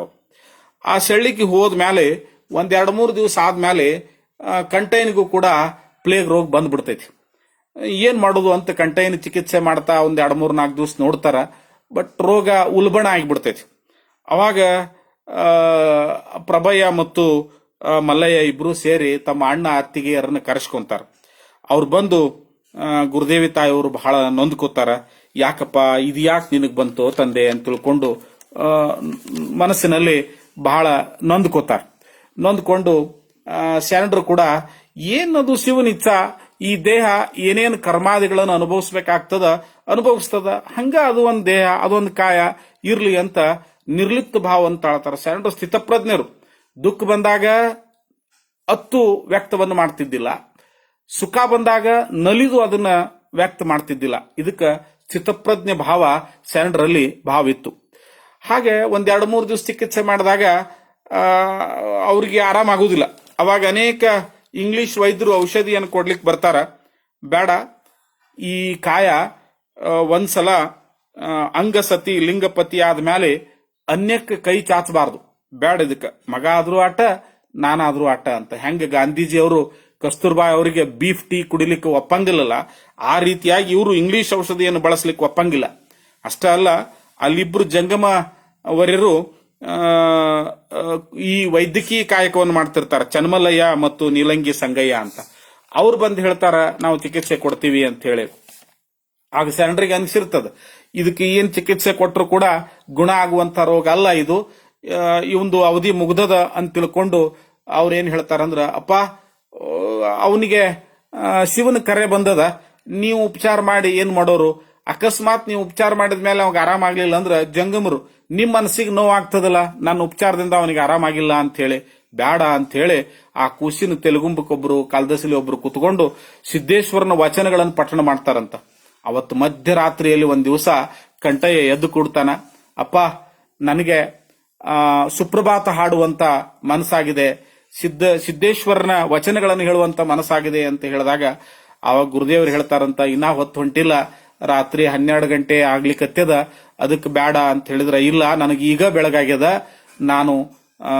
ನನಗೆ ಶಿವನ ಕರೆ ಬಂದದ, ನಾನು ಹೋಗ್ತೀನಿ ಅಂತ ಹೇಳಿ ಸಿದ್ದರಾಮನ ವಚನಗಳನ್ನು ಹೇಳ್ತಾ ಆ ಕಂಟಯ್ಯ ದೇಹವನ್ನ ಬಿಟ್ಟ ಅನ್ನುವಂಥದ್ದನ್ನ ಗ್ರಂಥಕರ್ತರು ಹೇಳ್ತಾರೆ. ಹೀಗೆ ಅವಾಗ ಲಿಂಗೈಕ್ಯ ಆದ್ರೆ ಲೋಕದ ಜನರಂಗ ಇಬ್ರು ಗಂಡ ಹೆಂಡತಿ ಶರಣ ಸಂಪತ್ತಿಗಳು ಅಳಂಗಿಲ್ಲ, ದುಃಖ ಪಡ್ಕೊಳಂಗಿಲ್ಲ, ನೋವು ಪಡ್ಕೊಳಂಗಿಲ್ಲ. ಆ ದೇಹವನ್ನೆಲ್ಲ ಶುಚಿಗೊಳಿಸಿ ಅದನ್ನ ಚೆನ್ನಾಗಿ ಒಂದ್ ಕಡೆ ಕೂಡಿಸಿ ಅದಕ್ಕ ಭಸ್ಮ ವಿಭೂತಿಗಳಿಂದ ಗಂಧ ಅಕ್ಷತೆಗಳಿಂದ ಅಲಂಕಾರ ಮಾಡಿ ತಾವು ಸಿದ್ದರಾಮನ ವಚನಗಳನ್ನ ಹಾಡ್ತಾ ಕೂಡ್ತಾರ. ಮುಂಜಾನೆ ಎಲ್ಲ ಜನ ಸೇರಿದ ಮೇಲೆ ಅಲ್ಲಿನ ಶಳ್ಳಿಗೆ ಜನರನ್ನೆಲ್ಲ ಕರೆದು ಹೇಳ್ತಾರಂತ, ನಿಮ್ಮ ವಸ್ತು ನಿಮಗೆ ಸಲ್ಲಿದುದು, ಹಮ್ಮಿನ ಅಂಕುರವೆನೆಗೆ ಬೇಡ, ಮೋಹಕ್ಕೆ ಒಳಗಾಗುವುದನ್ನು ಕೂಡ ಬೇಡ, ಇದನ್ನ ಪ್ರಮತರು ಒಪ್ಪುದಿಲ್ಲ, ಅದಕ್ಕೆ ಇದು ಖಾಲಿ ಚೀಲ, ಇದನ್ನ ಒಯ್ದು ಸಂಸ್ಕಾರ ಮಾಡಿ ಸಮಾಧಿ ಮಾಡ್ರಿ ಅಂತ ಹೇಳಿ ಮತ್ತ ತಮ್ಮ ಅವತ್ತ ಜಂಗಮ ಕಾಯಕಕ್ಕೆ ಶರಣರು ಹೊಂಟು ಬಿಡ್ತಾರಂತ. ಶರಣರು ಹೋಗ್ತಾರೆ, ಅದು ದೊಡ್ಡದು. ಆದ್ರೆ ತಾಯಿ ಕರುಳು ಗುರುದೇವಿ ತಾಯಿಯವರಲ್ಲಿ ಎಂಥ ಪರಮ ವೈರಾಗ್ಯ ಇತ್ತು, ಎಂಥ ವಿರಕ್ತಿ ಇತ್ತು ಅನ್ನೋದನ್ನ ಈ ಸಂದರ್ಭದಲ್ಲಿ ನಾವು ವಿವೇಚನೆ ಮಾಡಬೇಕಾಗ್ತದೆ. ಅದಕ್ಕೆ ನಾನು ಬಹಳ ಸಲ ಹೇಳ್ಕೊಂತೀನಿ, ಶರಣರ ಇಡೀ ಜೀವನ ಚರಿತ್ರೆಯನ್ನ ಅಧ್ಯಯನಕ್ಕೆ ಒಳಪಡಿಸಬೇಕು. ವಿಶ್ವವಿದ್ಯಾಲಯ ಮಟ್ಟದಲ್ಲಿ ಅಧ್ಯಯನ ಮಾಡ್ತಾ ಇರ್ತಕ್ಕಂಥ ವಿದ್ಯಾರ್ಥಿಗಳು ಶರಣರ ಜೀವನವನ್ನ ವೈಜ್ಞಾನಿಕ ದೃಷ್ಟಿಕೋನದ, ಧರ್ಮದ ದೃಷ್ಟಿಕೋನದ ನೆಲೆಗಟ್ಟಿನಲ್ಲಿ ನಿಂತು ಅಧ್ಯಯನ ಮಾಡಬೇಕು ಅನ್ನುವಂತ ಕಳಕಳಿ ನನ್ನದು. ಶರಣರಲ್ಲಿ ಭೂತ ದಯೆ ಇತ್ತು. ಎಂಥ ಭೂತ ದಯೆ ಇತ್ತು ಅಂತ ಹೇಳಿದ್ರೆ ಅಂದ್ರೆ ಪ್ರಾಣಿ ಪಕ್ಷಿಗಳಲ್ಲಿ ಅತ್ಯಂತ ದಯೆ ಇತ್ತು. ಸೊಲ್ಲಾಪುರದಾಗ ಒಂದ್ಸಲ ಅವ್ರು ಭಿಕ್ಷಾ ಕಾಯಕಕ್ಕೆ ಹೊಂಟಿದ್ರು. ಒಬ್ಬರ ಮನ್ಯಾಗ ಜಿಂಕಿ ಸಾಕಿದ್ರು. ಆ ಜಿಂಕಿ ಬಂದು ಶರಣರಿಗೆ ಸಿಕ್ಕಾಪಟ್ಟಿ ಇರಿಲಿಕ್ಕತ್ತು. ಅದು ಹೆಂಗ್ ಇರಿತದ ಹಂಗ ಬೆನ್ ಕೊಡ್ತಿದ್ರಂತ ಶರಣರು. ಇರಿಪ ನಿನಗ್ ಸಮಾಧಾನ ಆಗ್ತದಲ್ಲ ಅಂತಿದ್ರಂತ. ಅವಾಗ ಓಣ್ಯಾನ್ ಜನ ಎಲ್ಲ ಓಡಿ ಬಂದು ಆ ಜಿಂಕೆಯನ್ನು ಓಡಿಸಿ ಇದು ಹಿಂಗ ಎಲ್ಲರಿಗೆ ಮಾಡ್ತದಂತ ಬಡಿಲಾಕ್ ಹೋದ್ರ, ಬ್ಯಾಡ್ರಪ್ಪ ಅದಕ್ಕ ಇವ್ರಿಗೆ ಇರಿಬೇಕು ಇವ್ರಿಗೆ ಇರಿಬಾರ್ದು ಅನ್ನುವಂಥದ್ದು ಗೊತ್ತಿಲ್ಲ. ಅದಕ್ಕ ಅದು ಪಾಪ ಮೂಕ್ ಪ್ರಾಣಿ, ಅದು ಇರ್ದದ, ಇದಕ್ಕೇನಾಗ್ತದ ತಗೋ ಅಂತ ತಿಳ್ಕೊಂಡು ತಮ್ಮ ಬಟ್ಟೆಲ್ಲ ಹರಿದಿದ್ದು, ಮೈಯಾಗೆಲ್ಲ ರಕ್ತ ಆಗಿತ್ತು. ಆದ್ರೂ ಕೂಡ ಅದಕ್ಕ ಏನೂ ನೋವು ಮಾಡ್ಲಿಲ್ಲ ಅಂತ. ಅಷ್ಟ ಅಲ್ಲ, ಆ ಶರಣರ ಇರುವಿಕೆಯನ್ನು ನೋಡಿ ಸಹಿಸದೇ ಇರ್ತಕ್ಕಂಥ ಕೆಲವು ಜನ, ಒಬ್ಬ ಸಾಧು ಒಂದ್ಸಲ ಗಾಂಜಾ ಸೇದಿ, ಬಹುಶಃ ಸಾಧು ಇರ್ಲಿಕ್ಕಿಲ್ಲ, ಒಬ್ಬ ಗಾಂಜಾ ಬುಡಕ, ಆ ಗಾಂಜಾ ಬುಡಕ ಮನುಷ್ಯ ಬಂದ್ ಶರಣರಿಗೆ ಪ್ರಶ್ನೆ ಮಾಡ್ತಾನಂತ, ನಾಳೆ ನಮ್ಮ ಮನಿಗೆ ನೀನು ಪ್ರಸಾದಕ್ಕೆ ಬರ್ಬೇಕು, ಊಟಕ್ಕೆ ಬರ್ಬೇಕು, ಇಲ್ಲ ಅಂದ್ರ ನಾ ನಿಮ್ಮ ಮನಿಗೆ ಬರ್ತೀನಿ ಅಂತ ಹೇಳಿದಾಗ ಶರಣರು ಹೇಳ್ತಾರಂತ, ನೋಡ್ರಿಪ್ಪ ಅದು ಶಿವನ ಇಚ್ಛಾ, ನೀವು ನಮ್ಮ ಮನಿಗೆ ಬರೋದಾದ್ರ ಬರ್ಲಿಕ್ಕತ್ರಿ, ನಾವು ನಿಮ್ಮ ಮನಿಗೆ ಬರೋದಾದ್ರ ಬರ್ತೀವಿ, ಅದ್ರ ಬಗ್ಗೆ ಇವತ್ತು ಯಾಕೆ ಮಾತಾಡೋದಪ್ಪ, ನಾಳಿನ ಮಾತು ನಾಳೆಗೆ. ಅದಕ್ಕೆ ಶರಣರು ಇಂದಿಂಗೆ ನಾಳಿಂಗೆ ಎಂದನಾದಡೆ ನಿಮ್ಮಾಡೆ ನಿಮ್ಮ ಪ್ರಮತರಾಣಿ ಅಂದಿರ್ತಕ್ಕಂಥವ್ರು. ಅದಕ್ಕೆ ನಾಳೆ ಸುದ್ದಿ ಯಾಕೆ ಮಾತಾಡೋದಪ್ಪ ಅಂತ ಹೇಳಿ ಶರಣರು ನಯವಾಗಿ ಹೇಳಿದಾಗ, ಇದು ಸೋಗ್ ಮಾಡಬೇಡ ನೀನು, ನಾಟಕ ಮಾಡಬೇಡ ನೀನು, ಈ ವಚನಗಳನ್ನವೆಲ್ಲ ಹೇಳ್ಬೇಡ ನೀನು ಅಂತ ಹೇಳಿ ಆ ಮನುಷ್ಯ ದುಷ್ಟ ಶರಣರಿಗೆ ಸಿಕ್ಕಾಪಟ್ಟಿ ಹಿಂಸೆ ಕೊಟ್ಟು ಆ ಡಬಗೋಳೆ ಮುಳ್ಳೊಳಗೆ ನುಗ್ಗಿಸಿಬಿಡ್ತಾನಂತ. ಮುಳ್ಳೊಳಗೆ ಬಿದ್ದಿರ್ತಕ್ಕಂಥ ಶರಣರು ಕೂಡ ಅವನಿಗೆ ಏನೂ ಭಯಂಗಿಲ್ಲ. ಅವನ ಬುದ್ಧಿ ಹೆಂಗದ ಮಾಡ್ತಾನ, ನಮ್ಮ ಬುದ್ಧಿ ಹಿಂಗದ ಹಿಂಗ ಅಂತ ತಿಳ್ಕೊಂಡು ಎದ್ದು ಹೊರಗೆ ಬಂದು ತಮ್ಮ ಕಾಯಕಕ್ಕೆ ಹೋಗ್ತಾರೆ. ವಿಚಿತ್ರ ಅಂದ್ರೆ ಮರುದಿವಸ ಬೆಳಗಿಗೆ ನೋಡ್ಲಾಕಾಗಿನೇ ನಾಳೆನ ಚಿಂತೆ ಯಾಕಪ್ಪ ಅಂತ ಶರಣರು ಹೇಳಿರ್ತಾರಲ್ಲ, ಅದೇ ಡಬಗೊಳ್ಳಿ ಮುಳ್ಳಿನೊಳಗೆ ಬಿದ್ದು ಆ ಗಾಂಜಾ ಮನುಷ್ಯ ಹಸುನೀಗಿರ್ತಾನಂತ. ಹೀಗೆ ಶರಣರು ಅನೇಕ ಸಂಗತಿಗಳನ್ನ ಅವ್ರ ಜೀವನದಲ್ಲಿ ನಾವು ನೋಡಬಹುದು. ಅವರು ಮೌಢ್ಯವನ್ನ ವಿರೋಧಿಸ್ತಿದ್ರು. ಧರ್ಮದ ಸಂಸ್ಕಾರಗಳಲ್ಲಿ ಬಸವಾದಿ ಶರಣರ ಅಷ್ಟಾವರಣ, ಪಂಚಾಚಾರ, ಶಟಸ್ಥಲಗಳನ್ನೇ ಅನುಸರಿಸ್ತಿದ್ರೆ ಹೊರತು ಯಾವುದೇ ಮೌಢ್ಯವನ್ನು ಅನುಸರಿಸ್ತಿರ್ಲಿಲ್ಲ. ಒಂದು ಘಟನೆ ಆಗ್ತದ. ಆ ಸೊಲ್ಲಾಪುರದೊಳಗೆ ಗುಜ್ಜರ್ ಮನುಷ್ಯ ಒಬ್ಬವ ತನ್ನ ಕರ್ಮ ನಿವಾರಣೆಗಾಗಿ ಅಂತ ಯಾರೋ ಹೇಳಿರ್ತಾರ. ಅದಕ್ಕೆ ಮಲ್ಲಯ್ಯನ ಗುಡಿಯೊಳಗ 21 ದಿವಸ ಪೂಜೆ ಮಾಡಕ್ ಹೇಳಿರ್ತಾನ. ಆ ಪೂಜೆ ಮಾಡಾಕ ಪುಣೆಯಿಂದ ವೈದಿಕರು ಬಂದಿರ್ತಾರ. ಅವ್ರ ದಿನ ಪೂಜೆ ಮಾಡಿ ಸುಮ್ನ ಮಲ್ಲಯ್ಯಗೆ ಅಭಿಷೇಕ ಮಾಡಿ ಹೋಗ್ತಿದ್ದಿಲ್ಲ. ಆ ಅಭಿಷೇಕದೊಳಗ ಹಾಲು, ಹಣ್ಣು, ಅಕ್ಕಿಗಳನ್ನ ಹಾಳು ಮಾಡ್ತಿದ್ರು. ಒಂದು ಪಡಿ ಅಕ್ಕಿಯನ್ನ ಚೆಲ್ಲಿ ಬಿಡ್ತಿದ್ರಂತ. ಅವಾಗ 7ನೇ ದಿವಸಕ್ಕೆ ಶರಣರಿಗೆ ಗೊತ್ತಾಗ್ತಿದ್ರು. ಗೊತ್ತಾಗಿ ಬಂದ್ರಲ್ಲಿ ಬಂದು, ನೋಡ್ರಿಪ್ಪ ಹಿಂಗ ದೇವರ ಹೆಸರ ಮೇಲೆ ಕಾಳು ಕಡಿಗಳನ್ನ, ಹಣ್ಣು ಹಂಪಲುಗಳನ್ನ, ಹಾಲು ತುಪ್ಪಗಳನ್ನ ಹಾಳು ಮಾಡೋದು ಪರಮಾತ್ಮನಿಗೆ ಒಪ್ಪಂಗಿಲ್ಲ. ಎಷ್ಟೋ ಜನರಿಗೆ ಹೊಟ್ಟಿಗೆ ಅನ್ನಿಲ್ಲ, ಅವ್ರ ಹೊಟ್ಟಿಗೆ ಈ ಒಂದು ಪಡಿ ಅಕ್ಕಿ ಅನ್ನ ಆದ್ರ ದೇವ್ರು ತೃಪ್ತಿ ಪಡ್ತಾನ, ಪುಣ್ಯ ಬರ್ತದ. ಅದಕ್ಕೆ ನೀವು ಪೂಜೆ ಮಾಡ್ರಿ ಬೇಡ ಅನ್ನಂಗಿಲ್ಲ, ಆದ್ರ ಈ ಅಕ್ಕಿ ಹಾಳು ಮಾಡಬೇಡ್ರಿ ಅಂತ ಹೇಳ್ತಾರ. ಅವಾಗ ಆ ವೈದಿಕ ಅವ ಹೇಳ್ತಾನ, ಹಿಂಗ ಅಕ್ಕಿ ಚೆಲ್ಲಿಲ್ಲ ಅಂದ್ರೆ ದೇವ್ರಿಗೆ ತೃಪ್ತಿ ಆಗೋದಿಲ್ಲ. ದೇವ್ರಿಗೆ ತೃಪ್ತಿ ಆಗೋದಿಲ್ಲ ಅಂದ್ರ ಆ ಗುಜ್ಜರ ಅವನ ಸಂಕಲ್ಪ ಈಡೇರಂಗಿಲ್ಲ. ಅವನ ಸಂಕಲ್ಪ ಈಡೇರ್ಲಿಲ್ಲ ಅಂದ್ರೆ ಅವ ನನಗೆ 1,000 ರೂಪಾಯಿ ಕೊಡಂಗಿಲ್ಲ. 1,000 ರೂಪಾಯಿಗೆ ನಾನು ಮುಗಿಸಿ ಕರ್ಕೊಂಡು ಬಂದಾನ ಅಂತ ಹೇಳಿದಾಗ ಶರಣರ ಮನಸ್ಸಿಗೆ ಬಹಳ ನೋವು ಆಕೈತಿ. ನೋಡ್ರಪ್ಪ, 1,000 ರೂಪಾಯಿಕ ನೀವು ಮಾಡಬಾರ್ದಾಗಿರ್ತಕ್ಕಂಥ ಧರ್ಮ ಬಾಹಿರವಾಗಿರ್ತಕ್ಕಂಥ ಕೆಲಸವನ್ನು ಮಾಡ್ಲಿಕ್ಕತ್ತೀರಿ, ಇದು ಒಳ್ಳೇದಲ್ಲ ಅಂತ ಹೇಳಿದ್ರು ಕೂಡ ಆತ ಕೇಳುದಿಲ್ಲ. ಅವಾಗ ಶರಣರ ಮನಸ್ಸಿಗೆ ನೊಂದುಕೊಂಡು ಅಲ್ಲಿ ಒಂಟಗಾಲ ಮೇಲೆ ನಿಂತುಕೊಂಡು ಉಪವಾಸ ಸತ್ಯಾಗ್ರಹ ಮಾಡ್ತಾರಂತ. ಅವಾಗ ಅಲ್ಲಿ ಆ ಸೊಲ್ಲಾಪುರದ ಜನ ಹಿರಿಯರೆಲ್ಲ ಸೇರಿ, ನೋಡ್ರಿ ಅವ್ರು ಸಣ್ಣವರಲ್ಲ, ಬಹಳ ಸಾಧಕರದಾರವರು, ಅದಕ್ಕ ನೀವು ಈ ರೀತಿಯಾಗಿ ಪ್ರಸಾದವನ್ನು ಅಕ್ಕಿ ಚೆಲ್ಲುವುದನ್ನು ಬಿಡ್ರಿ, ನಿಮಗೆ ಶಾಪ್ ಆಗ್ತದ, ಶರಣರು ಬಹಳ ದೊಡ್ಡವರು ಅಂತ ಹೇಳಿದಾಗ ಆ ಗುಜ್ಜರವನು ಮತ್ತು ಆ ಪುರೋಹಿತ ಪೂಜಾರಿ ಇಬ್ರು ಕುಡ್ಕೊಂಡು ಒಪ್ಕೊಂತಾರೆ. ಅವಾಗ ಶರಣರು 21 ದಿವಸ ಪೂಜೆ ಆದ್ಮೇಲೆ ಜಂಗಮದಾಸೋಹ ಮಾಡಿಸಿ ಇಬ್ಬರಿಗೂ ಕೂಡ ಮನಸ್ಸಿಗೆ ಒಪ್ಪುವಂಗ ಮಾಡ್ತಾರಂತ. ಹೀಗೆ ಅನೇಕ ಘಟನೆಗಳು ಶರಣರ ಜೀವನದಲ್ಲಿ ಜರುಗ್ತಾವು. ಒಂದ್ಸಲ ಸೊಲ್ಲಾಪುರದೊಳಗೆ ಪ್ಲೇಗ್ ರೋಗ ಬಹಳ ವಿಸ್ತೃತವಾಗಿ ಹರಡಿಬಿಡ್ತದೆ ಇಡೀ ಸೊಲ್ಲಾಪುರ ತುಂಬ. ಅವಾಗ ಅಲ್ಲಿನ ಜನರು, ಅಧಿಕಾರಿಗಳು ಬಂದು ಏನ್ ಮಾಡ್ತಾರಂದ್ರೆ, ಆ ಕಾಲಘಟ್ಟ ಬ್ರಿಟಿಷ್ ಅವಧಿ ಅದು, ಅವಾಗ ಬಂದು ಯಾರು ವೀಕ್ ಇರ್ತಾರ, ಅಶಕ್ತ ಇರ್ತಾರ, ವಯಸ್ಸಾದವ್ರು ಇರ್ತಾರ, ಅವ್ರನ್ನ ಊರ್ ಹೊರಗೆ ಒಂದು ಟೆಂಟ್ ಮಾಡಿ ಆ ಟೆಂಟ್ನೊಳಗೆ ಹೋಗಿ ಇಡ್ತಿರ್ತಾರೆ. ಅವಾಗ ಶರಣರ ಹತ್ರ ಬಂದು ನೋಡಿದ್ರೆ ಶರಣರು ಬಹಳ ತೆಳ್ಳಗಿರ್ತಾರ. ಮತ್ತ ಇವರು ಉಡುಗೆ ತೊಡುಗೆ ಇವ್ರ ದೇಹ ಸ್ಥಿತಿ ನೋಡಿದಾಗ ಬಹುಶಃ ಇವ್ರಿಗೆ ಕೂಡ ಇನ್ಫೆಕ್ಷನ್ ಆಗಬಹುದು ಅಂತ ತಿಳ್ಕೊಂಡು ನೀವು ಊರ್ ಹೊರಗೆ ಬರ್ರಿ ಅಂತ ಹೇಳಿದಾಗ, ಇಲ್ಲ ನಾವು ತ್ರಿಕಾಲ ಲಿಂಗ ಪೂಜಾ ನಿಷ್ಠರು, ನಮ್ಮ ಶರಣರು, ಅವ್ರ ಲಿಂಗ ಪೂಜೆಗೆ ತೊಂದರೆ ಆಗ್ತದ, ಮತ್ತ ಲಿಂಗ ಸಂಘಿಗಳ ಹತ್ರನೇ ಅವ್ರು ಇರೋರು, ಹಂಗ ಸಿಕ್ಕಲ್ಲಿ ಇರುವುದಿಲ್ಲ ಅಂತ ತಿಳುವಳಿಕೆ ಹೇಳಿದ್ರು ಕೂಡ ಅವ್ರು ಒತ್ತಾಯ ಮಾಡ್ತಾರೆ, ಕೇಳುದಿಲ್ಲ. ಅವಾಗ ಶರಣರ ಮನಸ್ಸಿಗೆ ಬಹಳ ನೋವು ಆಗ್ತದ. ಶರಣರ ಜೊತೆ ರುದ್ರಮ್ನವರು ಕೂಡ ಟೆಂಟಿಗೆ ಹೋಗ್ತಾರೆ ಊರ್ ಹೊರಗೆ. ಅಲ್ಲೆಲ್ಲ ಲಿಂಗವಂತರೇ ಇರ್ತಕ್ಕಂಥ ಒಂದು ಪ್ರದೇಶದೊಳಗೆ ಇವ್ರಿಗೊಂದು ಟೆಂಟ್ ಹಾಕಿ ಕೊಡ್ತಾರ.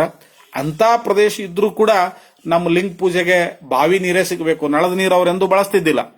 ಮತ್ತ ಅಲ್ಲಿ ಪ್ರಸಾದ ತಾನೇ ಲಿಂಗ ಮೆಚ್ಚನೆ ಸಿಗ್ಬೇಕಲ್ಲ, ಅದಕ್ಕೆ ನಮ್ಮ ಕಾಯಕಕ್ಕೆ ತೊಂದರೆ ಆತು ಅಂತ ಹೇಳಿ ವೀರಾಸನದೊಳಗೆ ನಿಂತು ಬಿಡ್ತಾರ.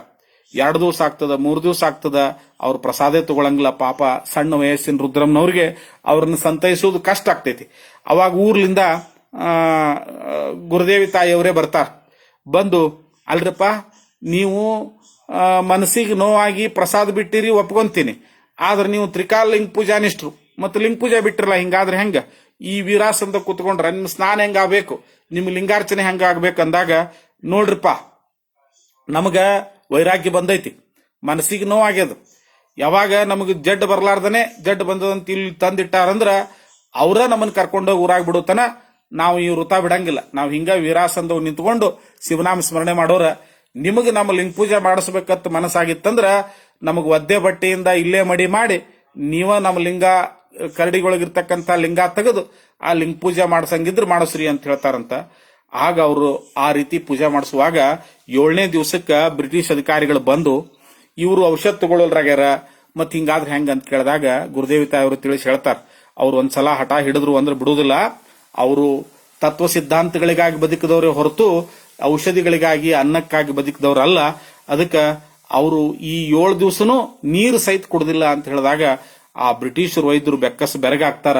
ಬಹುಶಃ ಜೀಸಸ್ ಪರಮಾತ್ಮ ಇವರಲ್ಲಿಯೂ ಅದಾನೆ ಅಂತ ತಿಳ್ಕೊಂಡು ಅವ್ರು ತಪ್ಪಾಯ್ತು, ನೀವಿನ್ನು ಊರಿಗೆ ಹೋಗ್ಬೋದು ಅಂತ ಹೇಳಿದ್ರ, ನಾವೊಬ್ಬನ ಹೋದ್ರೆ ಹೆಂಗ, ನನ್ನ ಜೋಡಿ ಬಂದವರು ಹೋಗ್ಬೇಕಲ್ಲ ಅಂತ ಹೇಳಿ 21 ದಿವಸದ ಕೋರ್ಸ್ ಮುಗಿಸ್ಕೊಂಡು ಅವ್ರ ಜೊತೆ ಊರಾಗ ಹೋಗಿ ಪ್ರಸಾದ ಮಾಡ್ಬೇಕಲ್ಲ.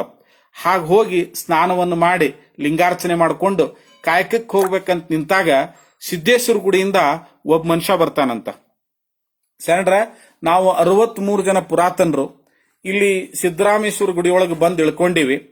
ಅಲ್ಲೊಬ್ಬ ಈ ಬಂದಿರತಕ್ಕಂಥ ಭಕ್ತರ ಚಪ್ಪಲಿ ಕಾಯ್ತಾ ಇರ್ತಕ್ಕಂಥ ಒಬ್ಬ ಮನುಷ್ಯ ಹೇಳ್ದ, ಇಲ್ಲಿ ಪುರಾತನರಿಗೆ ಪ್ರಸಾದ ಮಾಡಿಸೋರಂದ್ರ ನಲತ್ವಾಡದ ವೀರೇಶ್ವರ ಶರಣರಂತದಾರ, ಅವ್ರದ್ದು ಶಾಂತಾಶ್ರಮ ಅದ, ಅವ್ರನ್ನ ಭೇಟಿ ಆಗಂತ ಹೇಳ ನಾವು ಬಂದೀವಿ ಅಂತ ಹೇಳಿದಾಗ, ಆತ್ರಪ್ಪ ನಿಮ್ ಇಚ್ಛಾ, ಶಿವನ ಇಚ್ಛಾ, ಬಂದಿರಂದ್ರ ಬರ್ರಿ ಅಂತ ಹೇಳಿ ಅಂತ ಅನೇಕ ದಿವಸಗಳವರೆಗೆ ಉಪವಾಸ ಇರ್ತಕ್ಕಂಥ ಶರಣರು, ಅತ್ಯಂತ ಬಡತನದಿಂದ ಕೂಡಿರ್ತಕ್ಕಂಥ ಶರಣರು ಅವತ್ತ 63 ಜನ ಪುರಾತನರಂತ ಏನೇನು ಬಂದಿರ್ತಾರಲ್ಲ ಆ ಶಿವಯೋಗಿಗಳೆಲ್ಲರಿಗೂ ಕೂಡ ಪ್ರಸಾದವನ್ನು ಮಾಡಿಸಿ ಅವ್ರ ಅಪ್ಪಣೆ ಆದ್ಮೇಲೆ ಶೇಷ ಪ್ರಸಾದ ಮಾಡ್ತಾರಂತ. ಬಹಳ ವಿಚಿತ್ರ.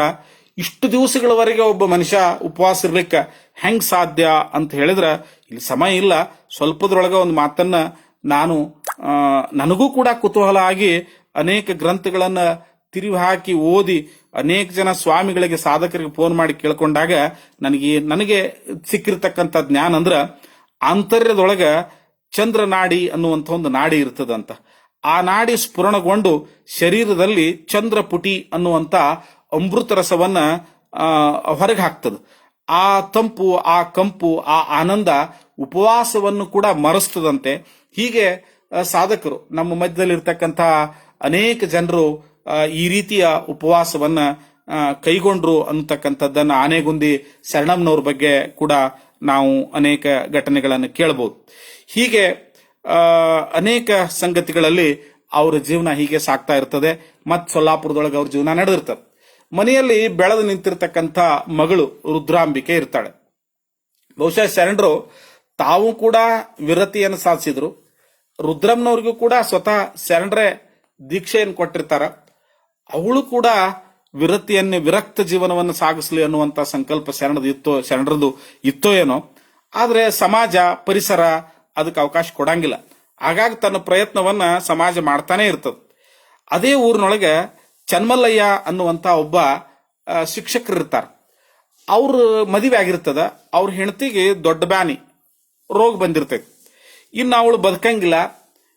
ಈ ಹೆಂಡತಿ ಸತ್ತು ಹೋಗ್ತಾಳ. ಮಕ್ಳೆಲ್ಲ ಮರಿ ಇಲ್ಲ, ಸಣ್ಣ ವಯಸ್ಸ, ನೌಕರಿ ಬೇರೆ ಅದ. ಇವನಿಗೆ ಇನ್ನೊಂದು ಮದುವೆ ಮಾಡ್ಬೇಕಲ್ಲ ಅಂತ ತಿಳ್ಕೊಂಡು ವಿಚಾರ ಮಾಡುವಾಗ ಅವ್ರ ಕಣ್ಣಿಗೆ ಯಾರು ಬೀಳ್ತಾರಂದ್ರ ರುದ್ರಮ್ನವರು ಬೀಳ್ತಾರ. ಅಂದ್ರೆ ಸೆಂಡ್ರ ಮಗಳು, ಏಕೈಕ ಪುತ್ರಿ ರುದ್ರಮ್ನವರು ಬೀಳ್ತಾರ. ಅವಾಗ ದೈವ ಬಂದು ಸೆಂಡ್ರಲ್ಲಿ ಕೇಳ್ಕೊಂತಾರ, ಸೆಂಡ್ರ ನಿಮ್ಗ ಇದ್ದ ಒಬ್ಬಾಕಿ ಮಗಳು, ಈ ಮಗಳನ್ನ ಈ ಚನ್ಮಲ್ಲಯ್ಯ ಮಾಸ್ತರ್ ಕೊಟ್ರ ಅವಂದು ಜೀವನ ಒಳ್ಳೇದಾಗ್ತದ, ಅವಳದು ಜೀವನ ಒಳ್ಳೇದಾಗ್ತದ. ನೀವ್ಯಾಕ ಅವನಿಗೆ ನಿಮ್ ಮಗಳನ್ನ ಕೊಡಬಾರ್ದು ಅಂತ ಕೇಳಿದಾಗ, ಏನಾಗ್ಯದ್ರಪ್ಪ ಅವ್ರಿಗೆ ಅಂತ ಕೇಳಿದಾಗ, ಹಿಂಗ ಅವ್ರ ಹೆಂಡತಿಗೆ ಆರಾಮಿಲ್ಲ, ರೋಗ ಬಂದದ ಅಂತ ಹೇಳಿದಾಗ ಶರಣರು ಸ್ವತಃ ತಾವೇ ಅವ್ರ ಮನೆಗೆ ಹೋಗಿ ಆ ತಾಯಿಗೆ ಚಿಕಿತ್ಸೆ ಮಾಡಿ ಅವಳಿಗೆ ತಮ್ಮ ಜೋಳಿಗೆಯಲ್ಲಿರ್ತಕ್ಕಂಥ ಪ್ರಸಾದವನ್ನು ಕೊಟ್ಟು ಆರಾಮ್ ಮಾಡಿ, ಇನ್ಮ್ಯಾಲ ನೀನು ನಿನ್ನ ಗಂಡನ ಜೊತೆ ಬದುಕವ ಅಂತ ಹೇಳ್ತಾರೆ ಹೊರತು ಸಾಯಕತ್ತಾಳ ಹೆಣ್ಮಗಳನ್ನ ತಿಳ್ಕೊಂಡು ತಮ್ಮ ಮಗಳನ್ನ ಕೊಟ್ಟು ಮದುವೆ ಮಾಡಲಿಲ್ಲ. ಅತ್ಯಂತ ಬಡತನ ಇತ್ತು ಶರಣರಿಗೆ. ಮಗಳನ್ನ ಅಂತ ಸಂದರ್ಭ ಆ ಸ್ಥಿತಿಯೊಳಗೆ ಬಂದ್ರ ಕೊಟ್ಟು ಬಿಡ್ತಿದ್ರೇನೋ ಇನ್ನೊಬ್ಬರಾದ್ರ. ಆದ್ರ ಆ ಹೆಣ್ಣಾದ್ರೂ ನನ್ನ ಮಗಳೇ, ಇವಳಾದ್ರೂ ನನ್ನ ಮಗಳೇ ಅಂತ ತಿಳ್ಕೊಂಡು ಆ ಚನ್ಮಲ್ಲಯ್ಯನವ್ರ ಹೆಂಡತಿನ ಉದ್ಧಾರ ಮಾಡಿದ್ರು. ಅವ್ರಿಗೆ 21 ಜನ ಮಕ್ಕಳಾದ್ರಂತೆ. ಇವತ್ತಿಗೂ ಕೂಡ ನಾನು ಒಂದ್ 2-3 ಬಾರಿ ಸೊಲ್ಲಾಪುರ ಮಠಕ್ಕೆ ನನಗೆ ಪ್ರವಚನ ಪ್ರವೃತ್ತಿ, ಆ ಮಠಕ್ಕೆ ಪ್ರವಚನಕ್ಕೆ ಹೋದಾಗ ಆ ಕುಟುಂಬದವ್ರು ಅನೇಕ ಜನ ಬಂದು ನನ್ನನ್ನು ಭೇಟಿಯಾಗಿ ನಮ್ಮ ಕುಟುಂಬಕ್ಕೆ ಹಿಂಗ್ ಶರಣರ ಆಶೀರ್ವಾದ ಆಗ್ಯದ ಅಂತ ಹೇಳೋದನ್ನ ಕಿವಿಯಾರಿ ಕೇಳಿರ್ತಕ್ಕಂಥವ್ರಲ್ಲಿ ನಾನು ಕೂಡ ಒಬ್ಬನು. ಇನ್ನ ಸೊಲ್ಲಾಪುರದೊಳಗ ಬಹಳ ದೊಡ್ಡ ಶ್ರೀಮಂತರು ಅಂದ್ರ ವಾರದ ಮಲ್ಲಪ್ಪನವ್ರು. ಅವ್ರು ಎಂತ ಶ್ರೀಮಂತರು ಅಂದ್ರ ಒಂದ್ ಸಣ್ಣ ಘಟನೆ ಹೇಳ್ತೀನಿ ನಿಮ್ಗ. ಅವ್ರು ಒಂದ್ಸಲ ಬಾಂಬೆಗೆ ಹೋಗಿರ್ತಾರೆ ಯಾವುದೋ ವ್ಯಾಪಾರ ಮಾಡಕ್. ವ್ಯಾಪಾರ ಮುಗೀತದ, ಮರುದಿವ್ಸ ಬರ್ಬೇಕಂತ ತಿಳ್ಕೊಂಡು ಅವ್ರೊಂದ್ ಕಡೆ ವಸ್ತಿ ಇರ್ತಾರ. ಅವಾಗ ಸೊಲ್ಲಾಪುರದಿಂದ ಅವ್ರಿಗೆ ತಾರ್ ಬರ್ತೈತಿ, ಟೆಲಿಗ್ರಾಮ್ ಬರ್ತದ, ನೀವು ಎಷ್ಟೊತ್ತಿದ್ರು ಒಂದು ವ್ಯವಹಾರದ ಆ ವ್ಯವಹಾರ ಸಲುವಾಗಿ ನೀವು ಬರಲೇಬೇಕು ಅಂತ ತಿಳ್ಕೊಂಡು ಅವ್ರಿಗೆ ತಾರ್ ಬರ್ತೈತಿ. ಅವಾಗ ಸೊಲ್ಲಾಪುರಕ್ಕೆ ಬರ್ಬೇಕಲ್ಲ ಬಾಂಬೆದಿಂದ, ಬರೋಷ್ಟಿಗೆ ಟ್ರೈನ್ ಪಾಸ್ ಆಗಿ ಹೋಗ್ಬಿಟ್ಟಿರ್ತೈತಿ. ಇರೋದೊಂದು ಟ್ರೈನ್ ಆಗಿನ ಕಾಲದಾಗ. ಹೆಂಗ್ ಮಾಡ್ಬೇಕಂತ ವಿಚಾರ ಮಾಡಿದ್ರ ನೀವು ಬಹಳ ವಿಚಿತ್ರ ಅಂದ್ರ ವಾರದ ಮಲ್ಲಪ್ಪನವ್ರು ಅವರಿಗಾಗೆ ಒಂದು ಟ್ರೈನ್ ಅನ್ನು ಬಾಡಿಗೆ ಮಾಡಿಕೊಂಡು ಬಾಂಬೆದಿಂದ ಸೊಲ್ಲಾಪುರಕ್ಕೆ ಬರ್ತಾರಂದ್ರ ಅವ್ರು ಎಷ್ಟು ಶ್ರೀಮಂತರು ವಿಚಾರ ಮಾಡ್ರಿ ನೀವು. ಅಂತ ವಾರದ ಮಲ್ಲಪ್ಪನವ್ರು ಏನ್ ಮಾಡ್ತಿದ್ರಂದ್ರ ಮಹಾದಾನಿ ಆಗಿದ್ರು. ಅವರಲ್ಲಿ ಕರುಣೆ ಇತ್ತು, ಧರ್ಮರಕ್ಷಕ ಭಾವ ಇತ್ತು, ವಿದ್ಯಾಭಿಮಾನ ಇತ್ತು, ಸದಾಚಾರ ಸಂಪನ್ನರಾಗಿದ್ರು. ಶ್ರೀಮಂತಿಕೆ ಜೊತೆಗೆ ಈ ಧರ್ಮ ಸಂಪನ್ನತೆಗಳು ಇರುವುದು ಬಹಳ ವಿರಳ. ಇದ್ರ ಅದು ದೈವ. ಅವ್ರ ಎಂತ ಕೆಲಸ ಮಾಡಿದ್ರ ಅಂದ್ರ ತಮ್ಮ ಸ್ವಂತ ಮನೆಯೊಳಗ, ಅವ್ರ ಮನಿ ಅಂದ್ರ ದೊಡ್ಡ ಸಂಸ್ಥಾನ, ಇವತ್ತದು ಬಹುಶಃ ಸರ್ಕಾರಿ ಕಚೇರಿಯಾಗಿ ಪರಿವರ್ತನೆ ಆಗ್ಯದ ಅಂತ ಕೇಳಿ ನಾನು. ಅವ್ರ ಮನೆಯೊಳಗ 500 ಜನ ಒಟುಗಳಿಗೆ ಇಟ್ಕೊಂಡು ಅವ್ರಿಗೆ ಸಂಸ್ಕೃತ ಪಾಠಶಾಲೆಯನ್ನು ಹೇಳ್ತಿದ್ರಂತ. ಅಷ್ಟ ಅಲ್ಲ, ಅವ್ರಿಗೆ ಬೇಕಾಗಿರ್ತಕ್ಕಂಥ ಬಟ್ಟೆ, ಬರೆ, ಪುಸ್ತಕ, ಅವ್ರ ಔಷಧಿ ಎಲ್ಲ ವ್ಯವಸ್ಥೆಯನ್ನ ಸ್ವತಃ ತಮ್ಮ ಮನೆಯಿಂದನೇ, ಮನೆ ಅಂದ್ರೆ ಮನೆ ಅಲ್ಲದ ಸಂಸ್ಥಾನ, ತಮ್ಮ ಸಂಸ್ಥಾನದಿಂದನೇ ಮಾಡ್ತಿದ್ರಂತ. ಅಷ್ಟ ಅಲ್ಲ, ಆ ಕಾಲದೊಳಗ ಹುಳು ಹತ್ತಿ ಹಾಳಾಗಿ ಹೋಗ್ತಾ ಇರ್ತಕ್ಕಂಥ ಎಷ್ಟೋ ಗ್ರಂಥಗಳನ್ನ ಪುನಃ ಪ್ರಕಟ ಮಾಡಿ, ಈಗಾಗಲೇ ಪ್ರಕಟ ಆಗಿರ್ತಕ್ಕಂಥ ಧರ್ಮ ಗ್ರಂಥಗಳನ್ನು ಪ್ರಕಟಣೆ ಮಾಡಿದ್ರು.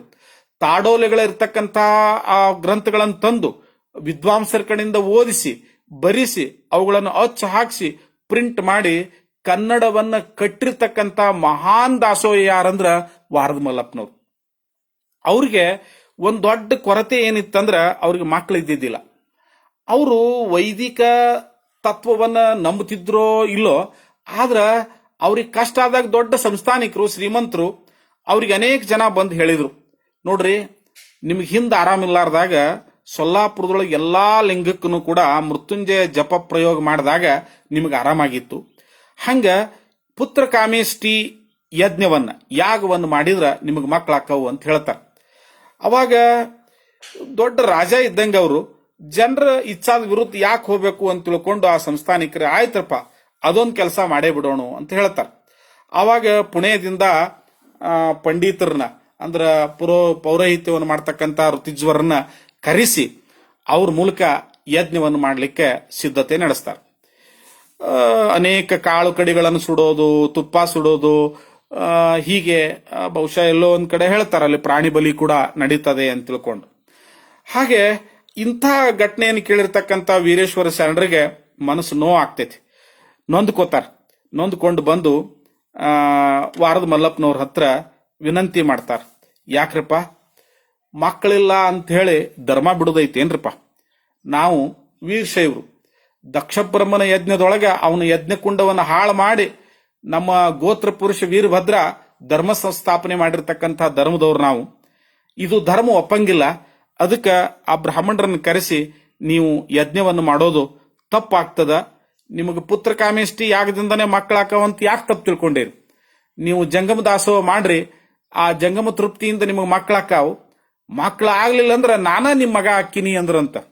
ಬಹುಶಃ ಅವತ್ತೇನಾದ್ರೂ ವಾರದ ಮಲ್ಲಪ್ಪನವ್ರು ಒಪ್ಪಗೊಂಡು ಶರಣರನ್ನೇ ತಮ್ಮ ಮಗ ಅಂತ ಸ್ವೀಕಾರ ಮಾಡಿದ್ರಂದ್ರ ಇವತ್ತು ಕಲಬುರಗಿ ಒಳಗೆ ಹೆಂಗ ಶರಣರ ದಾಸೋಹ ಪರಂಪರೆ ಮಠ ಮುಂದೆ ಹೊಂಟದಲ್ಲ, ಹಂಗ ವಾರದ ಮಲ್ಲಪ್ಪನವ್ರ ಮನೆತನ ಕೂಡ ಹೋಗ್ತಿತ್ತೇನೋ ಅಂತ ತಿಳ್ಕೊಂಡು ನಮ್ಮ ಬಲಕುಂದಿ ವೀರಬಸವ ಬಲಕುಂದಿ ಅವರು ತಮ್ಮ ಗ್ರಂಥದಲ್ಲಿ ಈ ಅಭಿಪ್ರಾಯವನ್ನು ತಾಳ್ತಾರೆ.